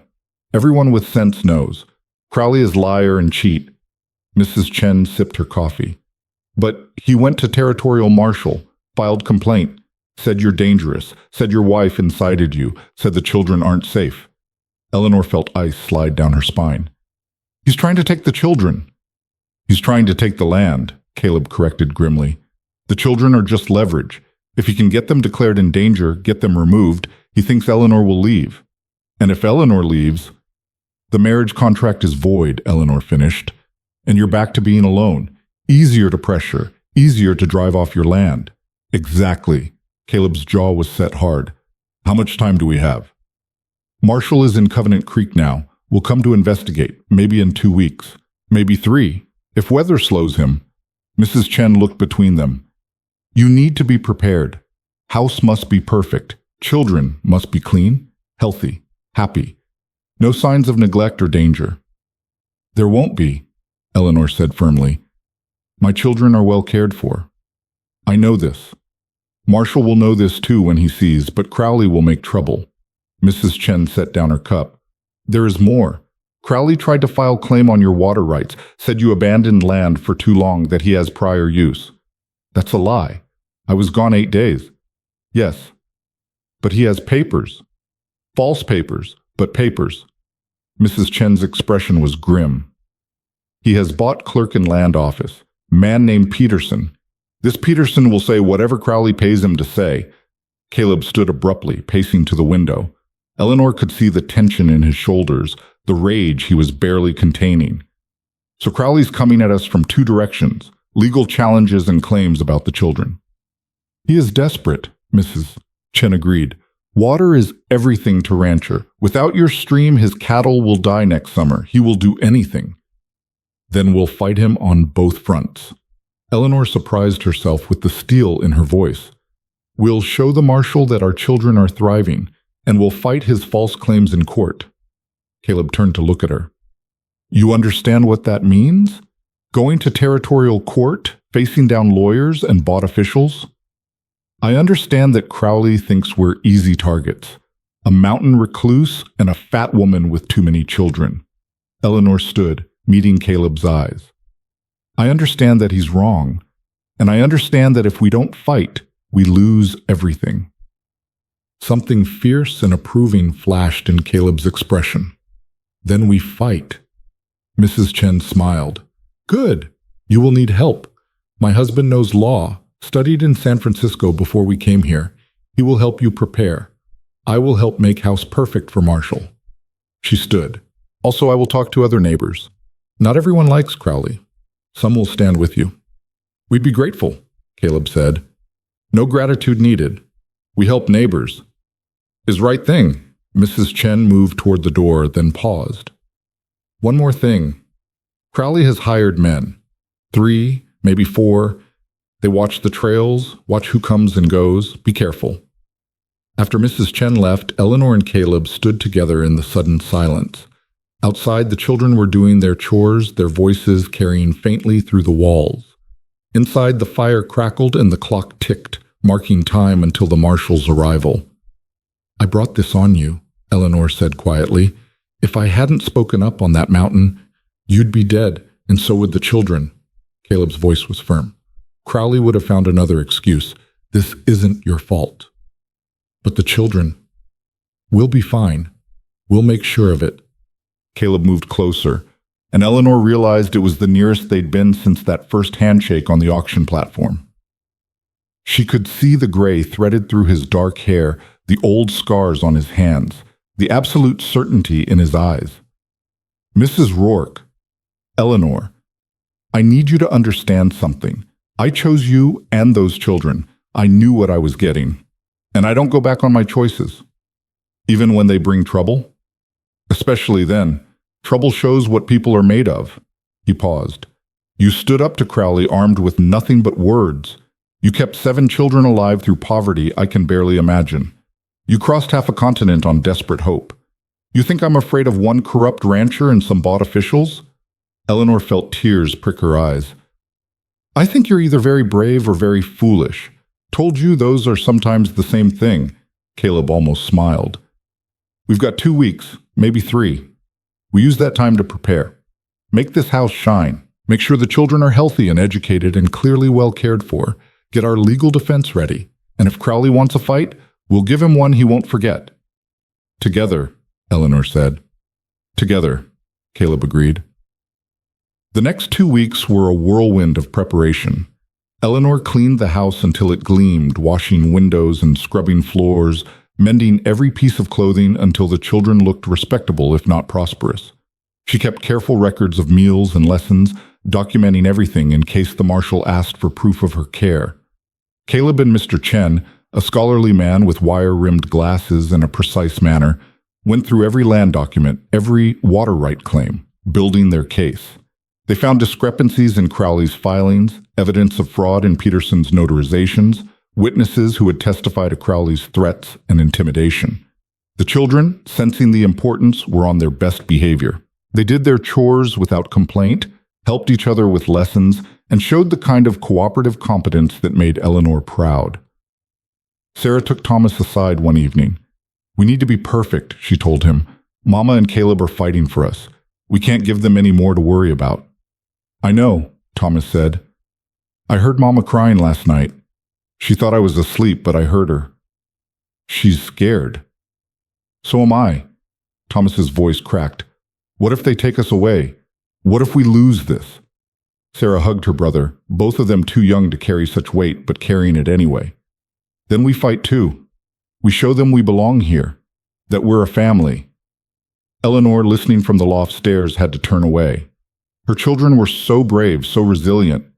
They deserved better than this constant uncertainty, this endless struggle. But they also deserved to know that their mother would fight for them with everything she had. And now, for the first time in years, she wasn't fighting alone. Caleb found her later, sitting by the fire with her mending. Children asleep? Finally, they're worried. Smart children should be worried. Shows they understand what's at stake. Caleb poured himself coffee and sat across from her. But they should also know we're going to win. How can you be so certain? Because Crowley's case is built on lies, and lies fall apart under scrutiny. Because the marshal, I know him, knew him during the war, is a fair man who'll see through Crowley's scheming. And because we have something Crowley doesn't. What's that? Truth. and people willing to stand for it. Caleb leaned forward. Mrs. Chen's been talking to neighbors. The Johnsons are coming to testify about Crowley's threats. The Parkers will speak to our good character. Even old Henderson, who doesn't like anybody, said he'd swear that your children are the best behaved he's seen. Eleanor felt hope kindle. Really? Really? You've made friends here, Eleanor, without even trying. People see how hard you work, how well you care for your family. They see you're genuine. He paused. They see what I saw on that platform. Someone worth choosing. The words hung between them, weighted with meaning Eleanor wasn't quite ready to examine. Thank you, she said softly. No thanks needed. It's just truth. Caleb stood. Get some rest. Tomorrow Mr. Chen's bringing the legal papers to review. We need sharp minds. But sleep eluded Eleanor that night. She lay in the loft, listening to her children breathe, thinking about truth and lies, about fighting and surviving, about this strange new life she was building with a man who saw her as no one else ever had. The marshal arrived on a cold, clear morning 16 days after Mrs. Chen's warning. Eleanor had the children scrubbed and dressed, the house spotless, a pot of stew simmering on the stove. Caleb stood beside her as they watched the rider approach, and she drew strength from his solid presence. Marshal Grant was a weathered man in his 50s, with tired eyes and a manner that suggested he'd seen too much nonsense in his career to suffer any more of it gladly. He dismounted, tied his horse, and approached the house with the weary air of a man performing an unwelcome duty. Mr. Rourke, Mrs. Rourke, he nodded to them both. I expect you know why I'm here. We do, Caleb said. Come in, Marshal. Coffee's hot. They settled at the table while Eleanor served coffee.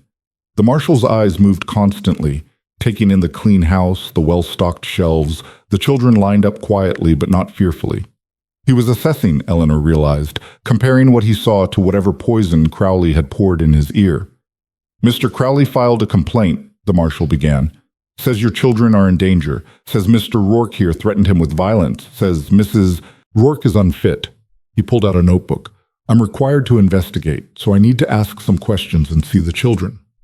Ask anything you want, Eleanor said steadily. We have nothing to hide. The marshal questioned them for an hour.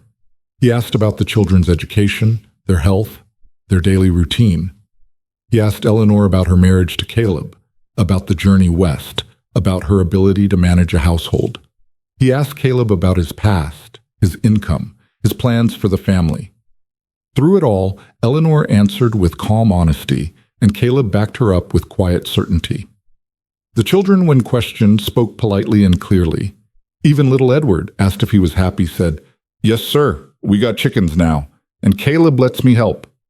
The marshal's expression grew increasingly skeptical of Crowley's claims. Finally, he closed his notebook. Mrs. Rourke, would you mind if I spoke with your eldest daughter alone? Of course not. Sarah, honey, would you show the marshal around? Sarah led the marshal outside, and Eleanor watched through the window as they walked the property. She saw Sarah pointing to the chicken coop, the vegetable garden already prepared for spring planting, the neat outbuildings. She saw the marshal ask questions and Sarah answer with her usual grave competence. When they returned, the marshal's decision was clear on his face. Mrs. Rourke, Mr. Rourke, I've seen enough. Those children are healthy, educated, and clearly well loved. This house is clean and well maintained. You've got food stores, proper shelter, and from what I can see, you're managing just fine. He put his notebook away. Mr. Crowley's complaint is without merit. I'll be filing my report saying as much. Eleanor felt her knees go weak with relief.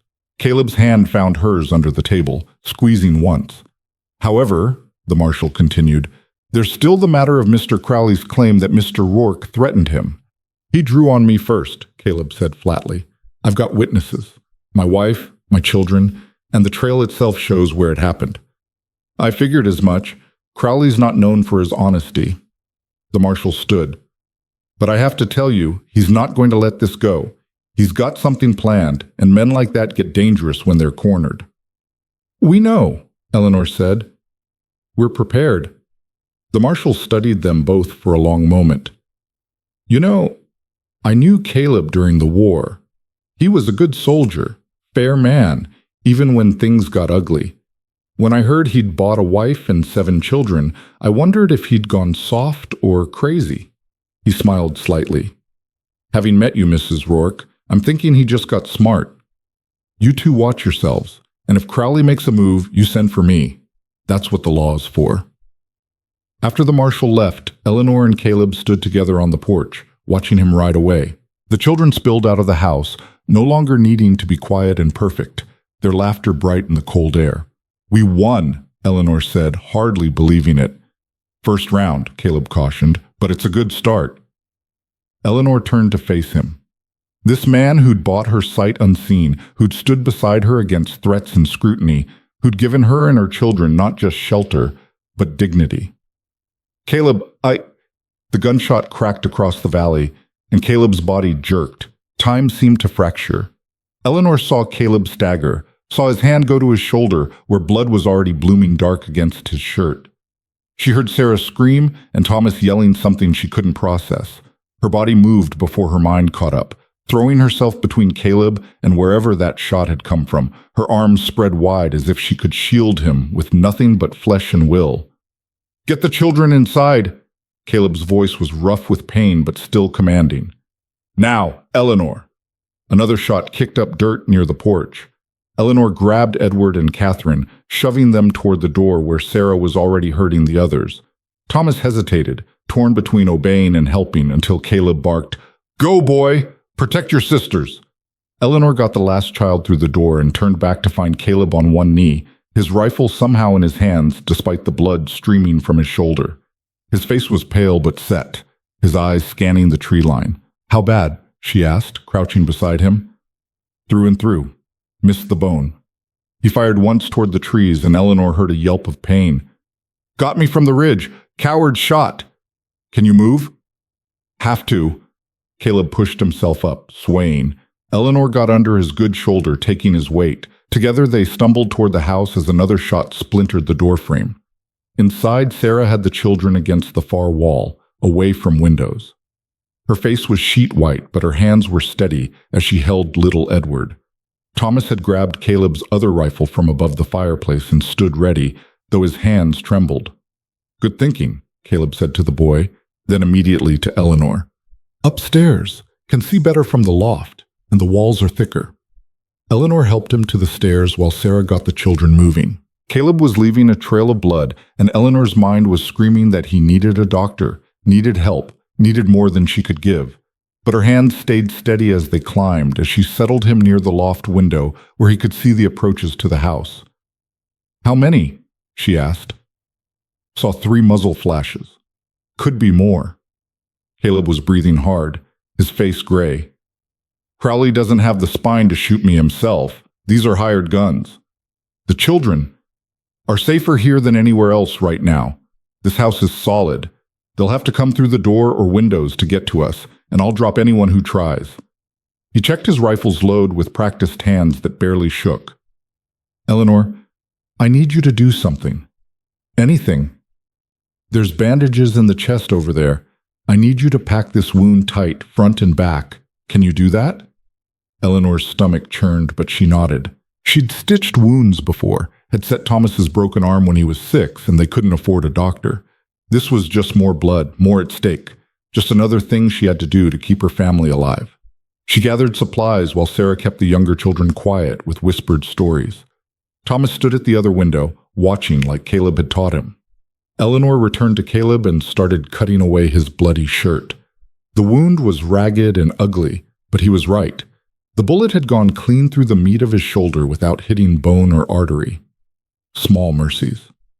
Eleanor packed it with clean cloth, working as gently as she could while Caleb gritted his teeth and watched the tree line.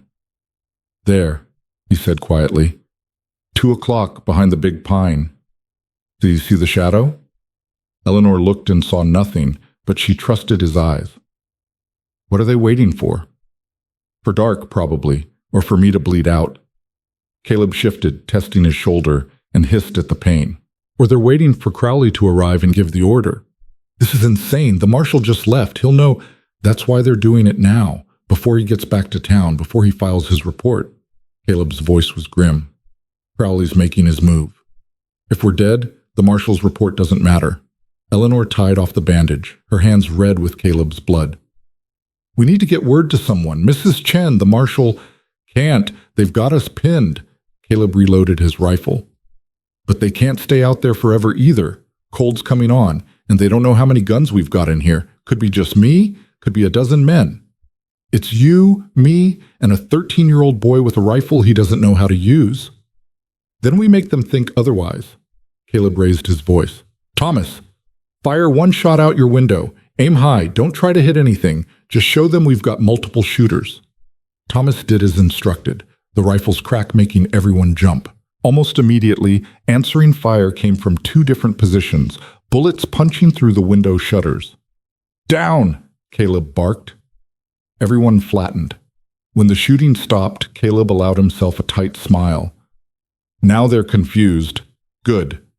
The afternoon dragged into evening in tense silence broken by occasional exchanges of gunfire. The men outside were being cautious, and Caleb was conserving ammunition, only firing when he had a clear target. Eleanor moved between her children, checking on them, keeping them calm despite her own terror. Sarah was remarkable, keeping the little ones quiet with stories and quiet songs. Margaret and Catherine huddled together, holding hands. William had stopped crying and now just looked angry, his small jaw set in an expression that reminded Eleanor painfully of his father. James sat with Thomas, both boys trying to be brave. Mama, Edward whispered during a lull, is Caleb going to die? Eleanor pulled him close, breathing in the little boy's smell of him. No, sweetheart. Caleb's very strong. But he's bleeding. I know, but I fixed it. He's going to be fine. Eleanor made her voice certain, even though fear clawed at her throat. We're all going to be fine. She moved back to Caleb, checking his bandage. The bleeding had slowed but not stopped. He was still pale, and she could see pain in every line of his face, though he refused to show it. How are you really? She asked quietly. Been worse. Caleb's eyes never left the window. During the war, took a bayonet through the leg. This is just a scratch compared to that. You're losing blood. I know, but I'll last longer than they will. He glanced at her. You should eat something. Keep your strength up. I'm not hungry. Doesn't matter. You need to eat. His voice softened slightly. The children need to see you eating, need to see you calm. Can you do that? Eleanor understood. The children were watching her, taking their cues from how she reacted. If she fell apart, they would too. So she got out bread and cheese, shared it with the children, made herself chew and swallow despite the knot in her stomach. Full dark fell, and the temperature dropped. Eleanor could see her breath in the loft now. She got blankets for the children, built up the small stove as much as she dared. Outside, nothing moved that she could see, but she felt the presence of the men waiting, watching, plotting. They'll try something tonight, Caleb said, under cover of darkness. Probably try to burn us out or rush the house. We can't fight them all. No, but we can make it cost them more than Crowley's willing to pay. Caleb shifted, and Eleanor saw him wince. Eleanor, I need you to listen carefully. If they get inside, don't. If they get inside, Caleb continued firmly, you take the children and go out through the root cellar. There's a tunnel, leads to the barn. From there you can reach the trees, get to Mrs. Chen's place. I'm not leaving you. You will if I tell you to. Your job is those children, not me. Eleanor felt anger flare hot through her fear. My job is my family, and that includes you now, whether you like it or not. She met his eyes. We chose this, remember? We stand together. So if you think I'm going to run while you die protecting us, you don't know me at all. Caleb stared at her, and something shifted in his expression. Surprise, perhaps, or respect, or something deeper that Eleanor couldn't name in the dim light. You're a hell of a woman, Eleanor Rourke, he said quietly. And you're a stubborn fool, Caleb Rourke. Eleanor checked his bandage again. But you're my stubborn fool, and I'll be damned if I let Crowley take that away. A sound from outside cut off whatever Caleb might have said, the creak of a board, the snap of a twig. Caleb's rifle came up instantly. They're moving, he breathed. Thomas, watch your window. Fire if you see anything. Yes, sir. The next minute stretched like hours. Eleanor could hear sounds now, careful footsteps, whispered voices. The attackers were converging on the house, trying to use the darkness for cover. Then flame blossomed in the night. Someone had lit a torch and was running toward the house, clearly intending to set the walls or roof ablaze. Caleb fired, and the torchbearer went down, but another appeared from a different angle. "Sarah!" Eleanor called. "Get the water buckets ready." Her daughter moved instantly, understanding. If fire reached the roof, they'd need to fight it from inside. Thomas fired his rifle, the recoil nearly knocking him over. Eleanor grabbed the other rifle, moved to another window, and did something she'd never imagined doing, aimed at another human being and pulled the trigger. She missed by a mile, but the shot made the second torchbearer dive for cover. The torch fell in the snow and sputtered out. "Good," Caleb called. "Keep them back." Gunfire erupted from multiple directions now. The attackers had abandoned stealth for force, pouring bullets into the house. Eleanor threw herself over the younger children, shielding them with her body. She heard wood splinter, glass break, and above it all, Caleb's rifle firing methodically, each shot measured and precise despite his wound. Then, impossibly, she heard something else. Hoofbeats. Lots of them. "Hold fire!" a voice bellowed from outside. "Marshal's office! Drop your weapons!" The shooting stopped abruptly. Eleanor raised her head cautiously and saw Caleb's face split into a fierce grin. "That's Grant," he said. He came back. Through the window, Eleanor could see torches now, official torches carried by men in badges. She counted 8 riders surrounding the property. The men who'd been attacking were caught between the house and the marshal's men, trapped. "You in the house!" Marshal Grant called. "Caleb Rourke, you all right in there?" Caleb moved to the window, careful of his shoulder. "We're alive, Marshal. Got a bullet wound, but I'll live." "Good. Coming in." The marshal and 2 deputies approached the house while the others kept their guns on the surrendering attackers. Eleanor stumbled down the stairs and threw open the door. Marshal Grant stepped inside, took one look at the frightened children and blood-spattered woman, and his face went hard as stone. "Who ordered this?" he asked quietly. "Who do you think?" Caleb had made it down the stairs, leaning heavily on the rail. "Crowley. He's among the men we caught. Soon as I left here, something didn't sit right. Decided to circle back, make sure everything was square." Grant's expression was grim. "Found Crowley and his hired guns staging about a mile from here. Knew right away what was planned." Eleanor felt her legs give out. She sat down hard on the stairs, and suddenly she was shaking, all the terror she'd held at bay rushing through her. Sarah was there immediately, and Thomas, both of them holding her while the younger children pressed close. The marshal's men brought in the captured attackers, 4 rough-looking men, and at the center, Silas Crowley. His face was purple with rage and fear. "This is assault, attempted murder, and arson," Marshal Grant said flatly. "You're going to territorial prison, Crowley, all of you." "You can't prove," Crowley started.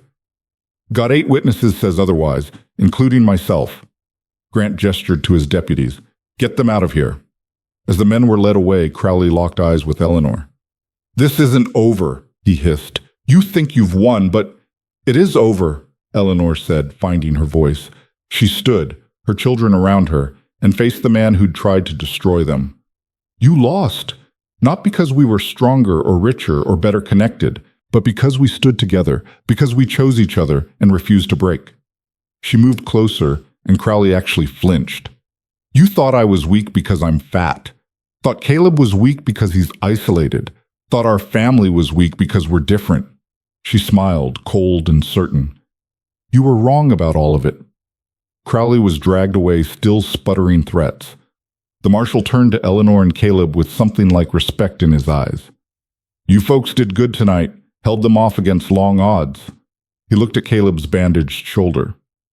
"You need a doctor." "I'll manage. Eleanor's good with wounds." "I'm sure she is." Grant moved toward the door. "I'll be filing a full report. Crowley's going away for a long time. His land claims will be invalidated, and his water rights will revert to default, which means they stay with you, Caleb. The law may be slow, but it's still the law." After the marshal left, Eleanor and Caleb stood in the wreckage of their home, bullet holes in the walls, broken windows, blood on the floor. The children clustered around them, and Eleanor wrapped her arms around as many as she could reach. Is it really over? Sarah asked, her voice small. It's really over, Caleb said. He swayed slightly and Eleanor moved to support him. But we need to clean up this mess. Tomorrow, Eleanor said firmly. Tonight you're going to let me properly dress that wound, and then you're going to rest. Yes, ma'am. Caleb's voice was weak, but laced with something that might have been amusement. They got the children settled first, all of them in one pile again, needing the comfort of closeness after the terror. Then Eleanor tended to Caleb properly, boiling water, cleaning the wound with whiskey that made him hiss, stitching it closed with the same steady hands that had mended 1,000 torn garments. You're good at this, Caleb said, watching her work. I've had practice. Eleanor tied off the last stitch. My husband, my first husband, worked the docks. Injuries were common. I learned to stitch because we couldn't afford doctors. He was lucky to have you. I was lucky to have him. He was a good man. Eleanor met Caleb's eyes. You're a good man too. Different, but good. I'm a killer, Eleanor. You saw that tonight.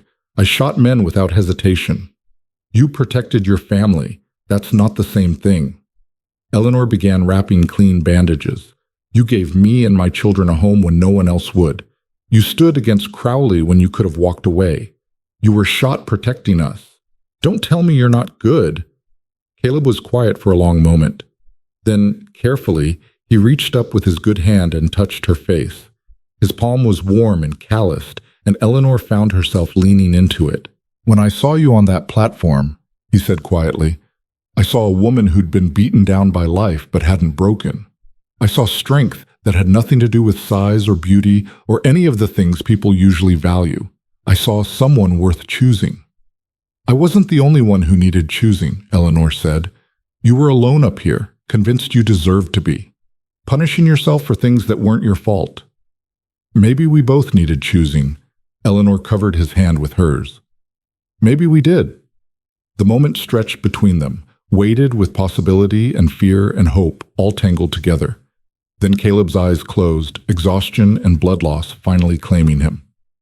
Rest, Eleanor whispered, easing him down onto his bedroll. I'll watch over things. She sat by the fire through the night, listening to Caleb's breathing, to her children's soft snores from the loft.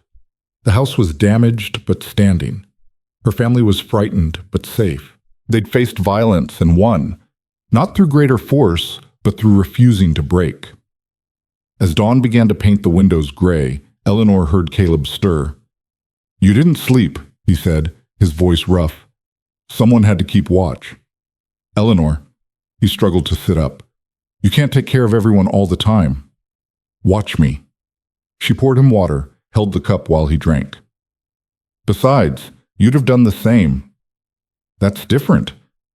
Why? Because you're the man? Because you're supposed to be strong and I'm supposed to be weak? Eleanor set the cup down. We're past that now, Caleb. We're partners. We stand together or not at all. Caleb studied her face in the growing light. Partners, he repeated slowly. I like the sound of that. Good, because you're stuck with me now. Eleanor stood, stretching her stiff back. And you're stuck with 7 children who are going to wake up hungry and scared and needing reassurance that everything's all right. Is everything all right? Eleanor looked around their bullet-riddled house, at the man she'd married bleeding on the floor, at the uncertain future stretching before them. Then she looked at the loft where her children slept safe, at the mountains beyond the windows that were slowly becoming familiar, at this strange, rough, honest man who'd chosen her when no one else would. Yes, she said. I think it is. The children woke to find their mother cooking breakfast as if nothing had happened, though her eyes were shadowed with exhaustion. Eleanor moved through the familiar motions, stoking the fire, mixing batter for Johnny cakes, slicing salt pork, while Caleb sat at the table, pale but upright, his shoulder bandaged and his rifle within reach. Sarah came down first, taking in the bullet holes in the walls, the broken windows covered with blankets. Mama? Good morning, sweetheart. Would you help me set the table? Sarah moved to obey, but her eyes kept darting to the damage, to Caleb's bandaged shoulder, to her mother's too bright smile. The other children followed, growing quiet as they saw what the night had left behind. It was little Edward who finally broke the silence. He walked straight to Caleb and climbed into his lap, careful of the injured shoulder. "You saved us," he said simply. Caleb's good arm came around the boy. "We saved each other. Your mama kept everyone calm. Your brothers and sisters were brave. We all did our part." "Like a family," Edward said. "Exactly like a family." Caleb's eyes found Eleanor's across the room, and something passed between them. An understanding, a recognition of what they'd become through fire and fear. They ate breakfast together, and Eleanor watched her children begin to relax. They were resilient, she thought with fierce pride. They'd lived through poverty and loss, through desperate gambles and violence, and they were still here, still whole. Damaged maybe, like the house around them, but standing. After breakfast, Eleanor surveyed the repairs needed. The windows could be boarded until they got proper glass. The bullet holes could be patched. The blood could be scrubbed away. It was just work, and Eleanor had never been afraid of work. "I'll help," Caleb said, trying to stand. "You'll sit," Eleanor countered firmly. "That wound needs at least a week before you're doing heavy work." "Eleanor, don't argue with Mama when she's using that voice," Thomas advised with the ghost of a smile. "You'll lose." Caleb settled back with a grunt that might have been amusement. "Seems I'm outnumbered." "Seems you are," Eleanor agreed. "Thomas, James, William, you're with me. Sarah, keep an eye on Caleb and the little ones. If his bandage starts bleeding through, you call me immediately." They worked through the morning, the boys following Eleanor's directions as they boarded windows and began patching walls. It was hard work, made harder by the cold and the fear that still lingered in Eleanor's chest. But it was also satisfying, reclaiming their home from the violence that had tried to destroy it. Mrs. Chen arrived mid-morning with her husband, both of them bringing supplies and concern. Mrs. Chen took one look at the damage and immediately rolled up her sleeves. "This is bad," she said bluntly, "but not too bad. We fix, Mr. Chen approached Caleb, examining his shoulder with practiced hands. "The stitching is good. Your wife has skill." "My wife has a lot of skills people don't see," Caleb said, watching Eleanor direct the repair work with quiet competence. "People see what they want to see," Mr. Chen agreed, "but smart people see what is actually there." He smiled slightly. "You are smart people, I think." Over the next few days, neighbors arrived, the Johnsons, the Parkers, even old Henderson, who claimed he just wanted to see if the rumors were true. They brought lumber and glass, food and helping hands. They brought something else, too. Acceptance. These rough frontier families looked at Eleanor and Caleb and their makeshift clan and saw not something strange or wrong, but something worth defending. "Heard what happened," Johnson said, hammering boards with Thomas's help. "Heard how you stood them off. That took courage." "Took desperation," Eleanor corrected. "Sometimes those are the same thing." Johnson nodded toward Caleb. "Your husband's a good man. Quiet, keeps to himself, but good. We're glad he's got family now."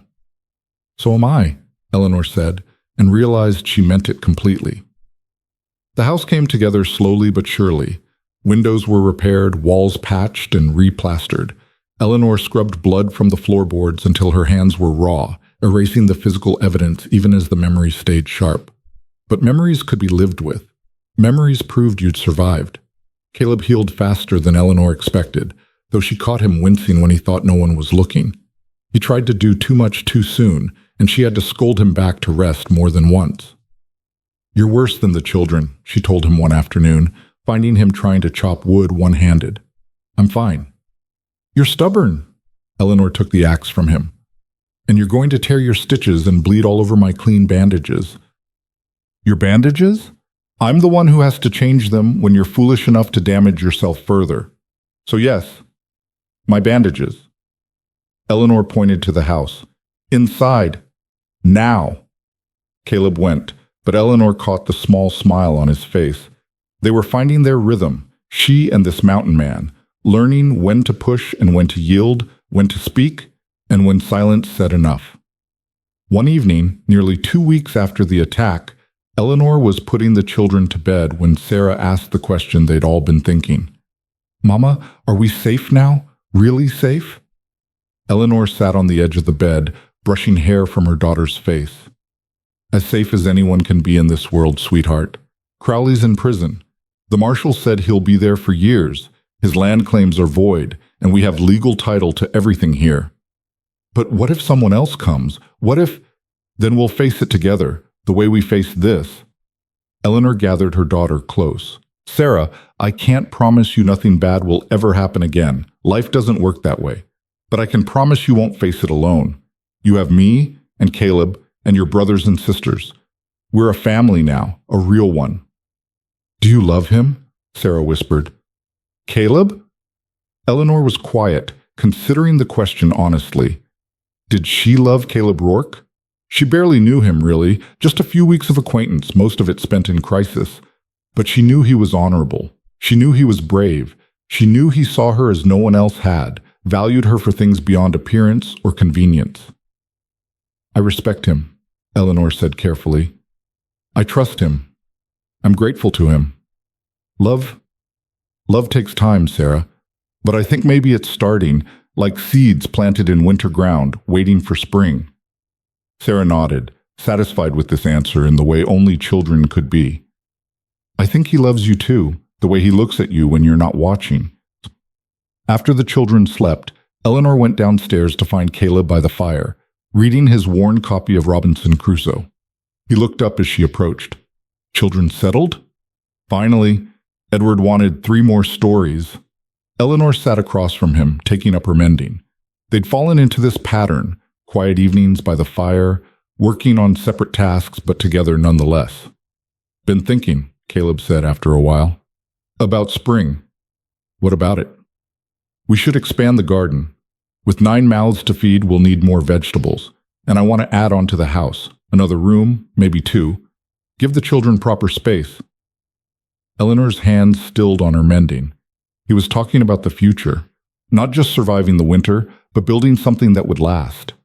That would be good, she said quietly. Also been thinking about schooling. Sarah's smart, and Thomas too. They should have more than just reading and writing. Mr. Chen said he'd be willing to teach them mathematics and some science. His wife could teach them Chinese if they're interested. You've thought a lot about this. Caleb set down his book. I've thought about a lot of things lately, Eleanor. About what I want this place to be. What I want this family to be. And what do you want? I want it to be real. He leaned forward, his ice-chip eyes intense. Started as a business arrangement, practical exchange. But somewhere along the way, it became more than that. At least for me. Eleanor's heart hammered against her ribs. For me too. I know I'm not easy to live with. I know I'm rough and I'm scarred and I'm more comfortable with silence than conversation. I know I can't give you fancy things or an easy life. I don't want fancy things or an easy life, Caleb. I want honesty. I want partnership. I want someone who sees me, really sees me, and doesn't flinch away. Eleanor set down her mending. You gave me that on a frozen platform when you looked past everything everyone else saw and chose me anyway. I chose well. So did I. Eleanor stood, moved closer to him. We both chose well. Caleb reached up with his good hand and Eleanor took it, letting him draw her down to sit beside him. This close, she could see the silver in his hair, the fine lines around his eyes, the scars that mapped a life lived hard. I'm falling in love with you, he said quietly. Didn't plan to. Didn't think I could anymore. But there it is. Eleanor felt tears prick her eyes. I'm falling in love with you too. It terrifies me. Why? Because I lost one husband already. Lost him and had to keep going because the children needed me. I don't know if I could survive losing you too. Then we'll have to make sure I don't get lost. Caleb's thumb traced patterns on her palm. We'll be careful. We'll be smart. We'll watch each other's backs the way we did during the attack. Partners, Eleanor said, echoing their earlier conversation. Partners, Caleb agreed. In all things. He leaned in slowly, giving her time to pull away, but Eleanor didn't want to pull away. She met him halfway, and when their lips touched, it felt like coming home, not to a place, but to a person. The kiss was gentle and careful, respectful of the newness between them, but underneath ran a current of something deeper, something that promised more when they were ready. When they pulled apart, Caleb touched his forehead to hers. We'll take it slow, he said. No rush. We've got time. Time, Eleanor repeated, and the word felt like a gift. Time to build trust. Time to learn each other. Time to let love grow from the seeds of respect and partnership into something that could weather any storm. Spring came to the mountains gradually, the snow retreating inch by stubborn inch. Eleanor watched the world transform from white to brown to green, and she marveled at the resilience of it. How life pushed up through frozen ground, how everything that had seemed dead revealed itself to have been only sleeping. She felt like she was waking too, after years of just surviving. The children bloomed in the mountain air, growing strong and confident. Thomas and James were becoming young men under Caleb's patient teaching, learning to read the land and handle stock and fix what broke. Sarah had taken to Mrs. Chen like a second mother, learning to cook Chinese dishes and speak halting Mandarin. Even the little ones were thriving, their cheeks filling out, their laughter coming easier. And Eleanor herself was changing. The constant fear that had lived in her chest for so long was fading, replaced by something she barely recognized: contentment. Not happiness exactly, not yet, but the foundation on which happiness could be built. One morning in early May, she woke to find Caleb already up and working in the garden. His shoulder had healed cleanly, leaving only a puckered scar he wore with the same matter-of-fact acceptance he wore all his marks. She watched him from the window, this man who'd become her husband in truth as well as law, and felt warmth spread through her chest. They'd taken it slow, as promised. Careful kisses by the fire, hands held during evening walks, quiet conversations that stretched late into the night. And then, one evening, 3 weeks past, Eleanor had climbed down from the loft and slipped into Caleb's bed, and he'd welcomed her with gentle hands and whispered words, and they'd become husband and wife in every sense. It wasn't the passionate romance of storybooks. It was better. It was real. Built on mutual respect and hard-won trust, on seeing each other's flaws and choosing each other anyway. Eleanor went outside to join him in the garden. You're up early. Wanted to get the beans planted before it gets hot. Caleb straightened, wiping dirt from his hands. Sleep well? Very well. Eleanor moved to help him, kneeling in the soft earth. They worked in companionable silence for a while, hands moving in the rhythm they'd developed over months of shared labor. Been meaning to talk to you about something, Caleb said eventually. Eleanor's hands paused. His tone was serious. What is it? Marshall came by yesterday while you were at the Chens. Said Crowley's trial is set for next month. They want us to testify. Both of us? Both of us. And possibly the children, if the prosecutor thinks it'll help. Caleb dusted soil from a seed packet. Means going to town for a few days. Being in court, facing Crowley again. Eleanor considered this. The thought of seeing Crowley made her stomach tight, but she'd faced worse than a man in chains. We'll go. We'll tell the truth. It's what we've always done. You're not worried? Terrified, Eleanor admitted. But I learned something these past months. Fear doesn't have to stop you. Sometimes you just carry it with you and do what needs doing anyway. Caleb's expression softened. You're the bravest person I know, Eleanor Rourke. I learned from the best. She leaned over and kissed him, quick and sweet, tasting earth and coffee and home. The trip to town came too quickly and not quick enough. Eleanor prepared the children carefully, making sure they understood what would happen, why it mattered. Sarah and Thomas would testify about what they'd seen. The younger ones would stay with Mrs. Chen, spared the ordeal. Covenant Creek looked different to Eleanor now.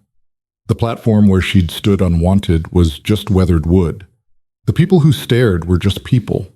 Some kind, some cruel, none of them important enough to dim her sense of self. She walked through town with her head high, Caleb beside her, and her children around her. And if people whispered, well, let them.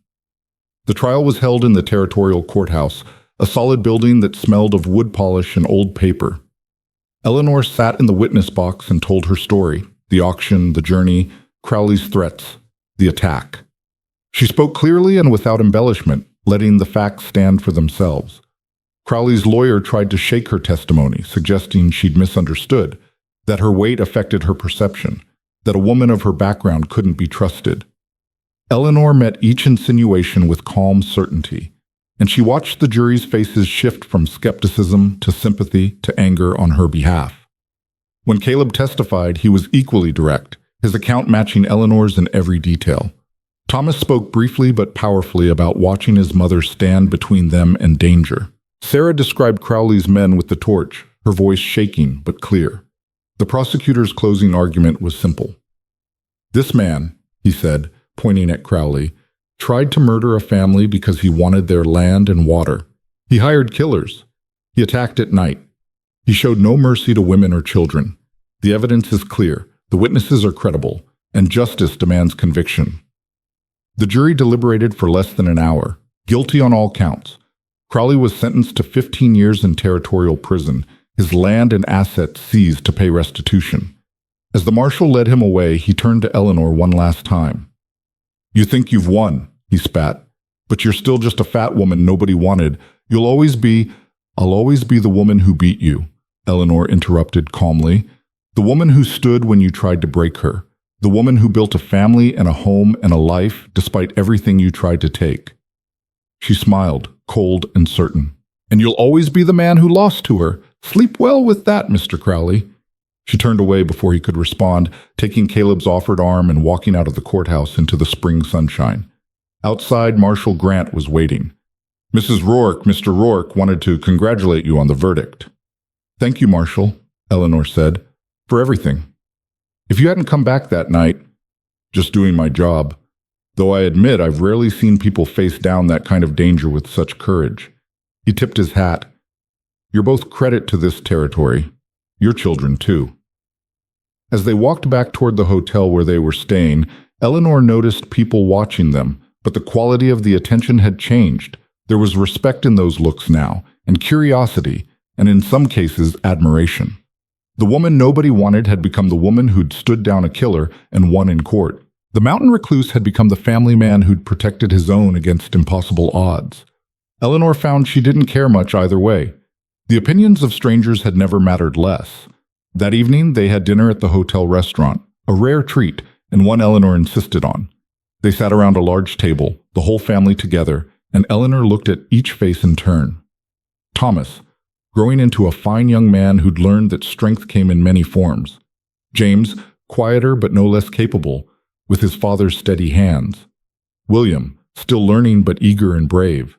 Sarah becoming a woman of grace and competence. Margaret and Catherine learning that being small didn't mean being helpless. And Edward, who would grow up knowing that family meant standing together. And Caleb, her husband, her partner, her unexpected gift. He caught her looking and raised his coffee cup in a small salute. Eleanor raised hers in return. "To family," Caleb said quietly. "To family," they all echoed. The journey back to the homestead took 2 days, and Eleanor spent them looking at the landscape with new eyes. This was home now, these mountains, this valley, this rough country that demanded everything and gave back just enough. She belonged here. They all did. When the house came into view, nestled in its valley with smoke rising from the chimney where Mrs. Chen had kept the fire, Eleanor felt her throat tighten with emotion. Mrs. Chen had also planted flowers by the door, bright spots of color against the dark logs. "She's been busy," Caleb observed with amusement. "She's a good friend." "We've been blessed with good friends." Caleb helped Eleanor down from the wagon. "Good neighbors, good land, good family. Good life," Eleanor added. They unloaded the wagon together, the children running ahead to greet Mrs. Chen and reclaim their space. Eleanor and Caleb worked in the easy silence they'd perfected, and when the last box was inside, they stood together on the porch, looking out at their valley. "You ever regret it?" Eleanor asked. "That day in Covenant Creek? Taking on a fat widow with 7 children?" Caleb pulled her close with one arm. "Every day," he said, and Eleanor's heart dropped until she heard the smile in his voice. "Every day I think about how close I came to walking away. How close I came to missing out on the best thing that ever happened to me. I wasn't the best thing. You were. You are." Caleb turned her to face him. "You and those children gave me back my life, Eleanor. Gave me purpose beyond just surviving. Taught me that family isn't about blood or perfection. It's about standing together when things get hard. We did get through some hard things. And we'll get through whatever comes next. Caleb kissed her forehead. Together. Together, Eleanor agreed. Summer came in full force, and the homestead bustled with life and work. They expanded the garden as planned, and Caleb started building the addition to the house. The neighbors helped with the heavy work, and Eleanor fed them all, learning to cook for crowds with the same competence she brought to everything else. The children thrived in ways Eleanor had never dared dream. Thomas talked about wanting to study law someday, inspired by the trial. Sarah had a gift for languages and spent hours with Mrs. Chen. The younger ones were growing strong and confident, learning that they could be both loved and useful. And Eleanor herself transformed in ways that had nothing to do with her body and everything to do with her spirit. She stood straighter now, spoke louder, took up the space she deserved. She learned to ride a horse, to shoot a rifle, to read the weather in the clouds.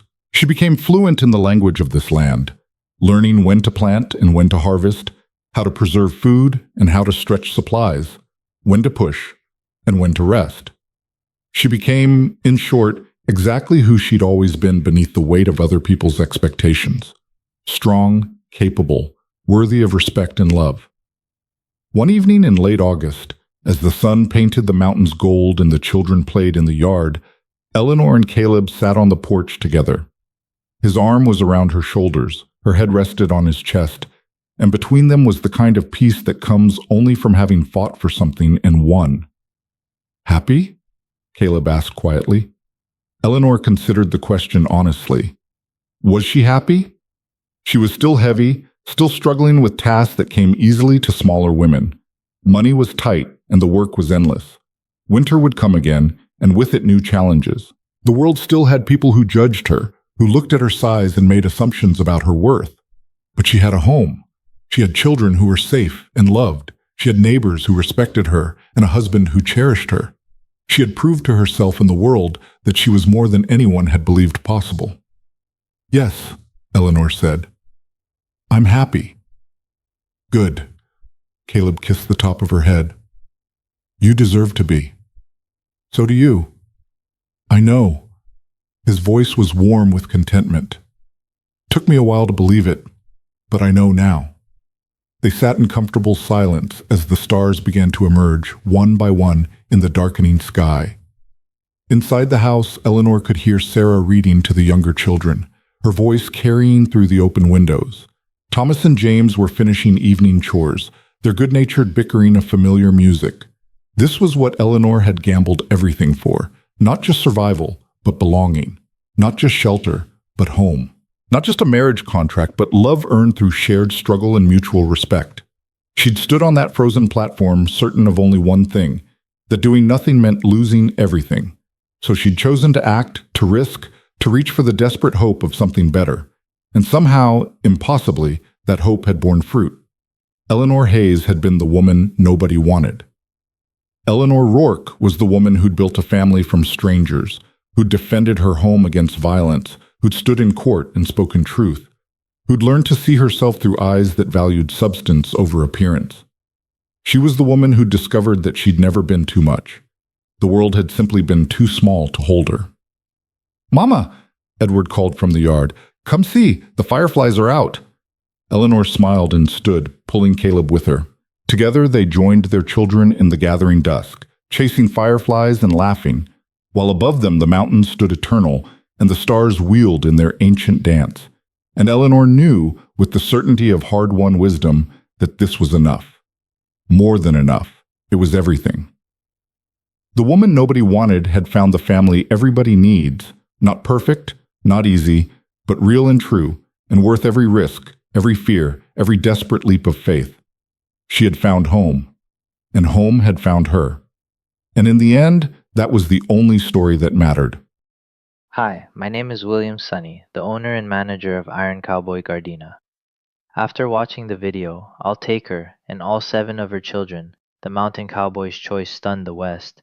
I'd really like to know what you think. How did this story make you feel? What hit me the most was how this story wasn't really about rescue. It was about being truly seen. Eleanor spent so long believing she was a burden, and Caleb saw strength where everyone else only saw hardship. I think a lot of people know what it feels like to be judged too quickly or overlooked for the wrong reasons? Do you think Caleb changed because of Eleanor and the children, or do you think that kindness was always inside him? And which moment in the story stayed with you the longest? One thing I took from this is that real family isn't always about where you come from. Sometimes it's about the people who choose to stand beside you when life gets hard. If this story meant something to you, feel free to share your thoughts in the comments. And if you enjoy these kinds of mountain stories about loyalty, courage, and second chances, you're always welcome here at Iron Cowboy Gardena.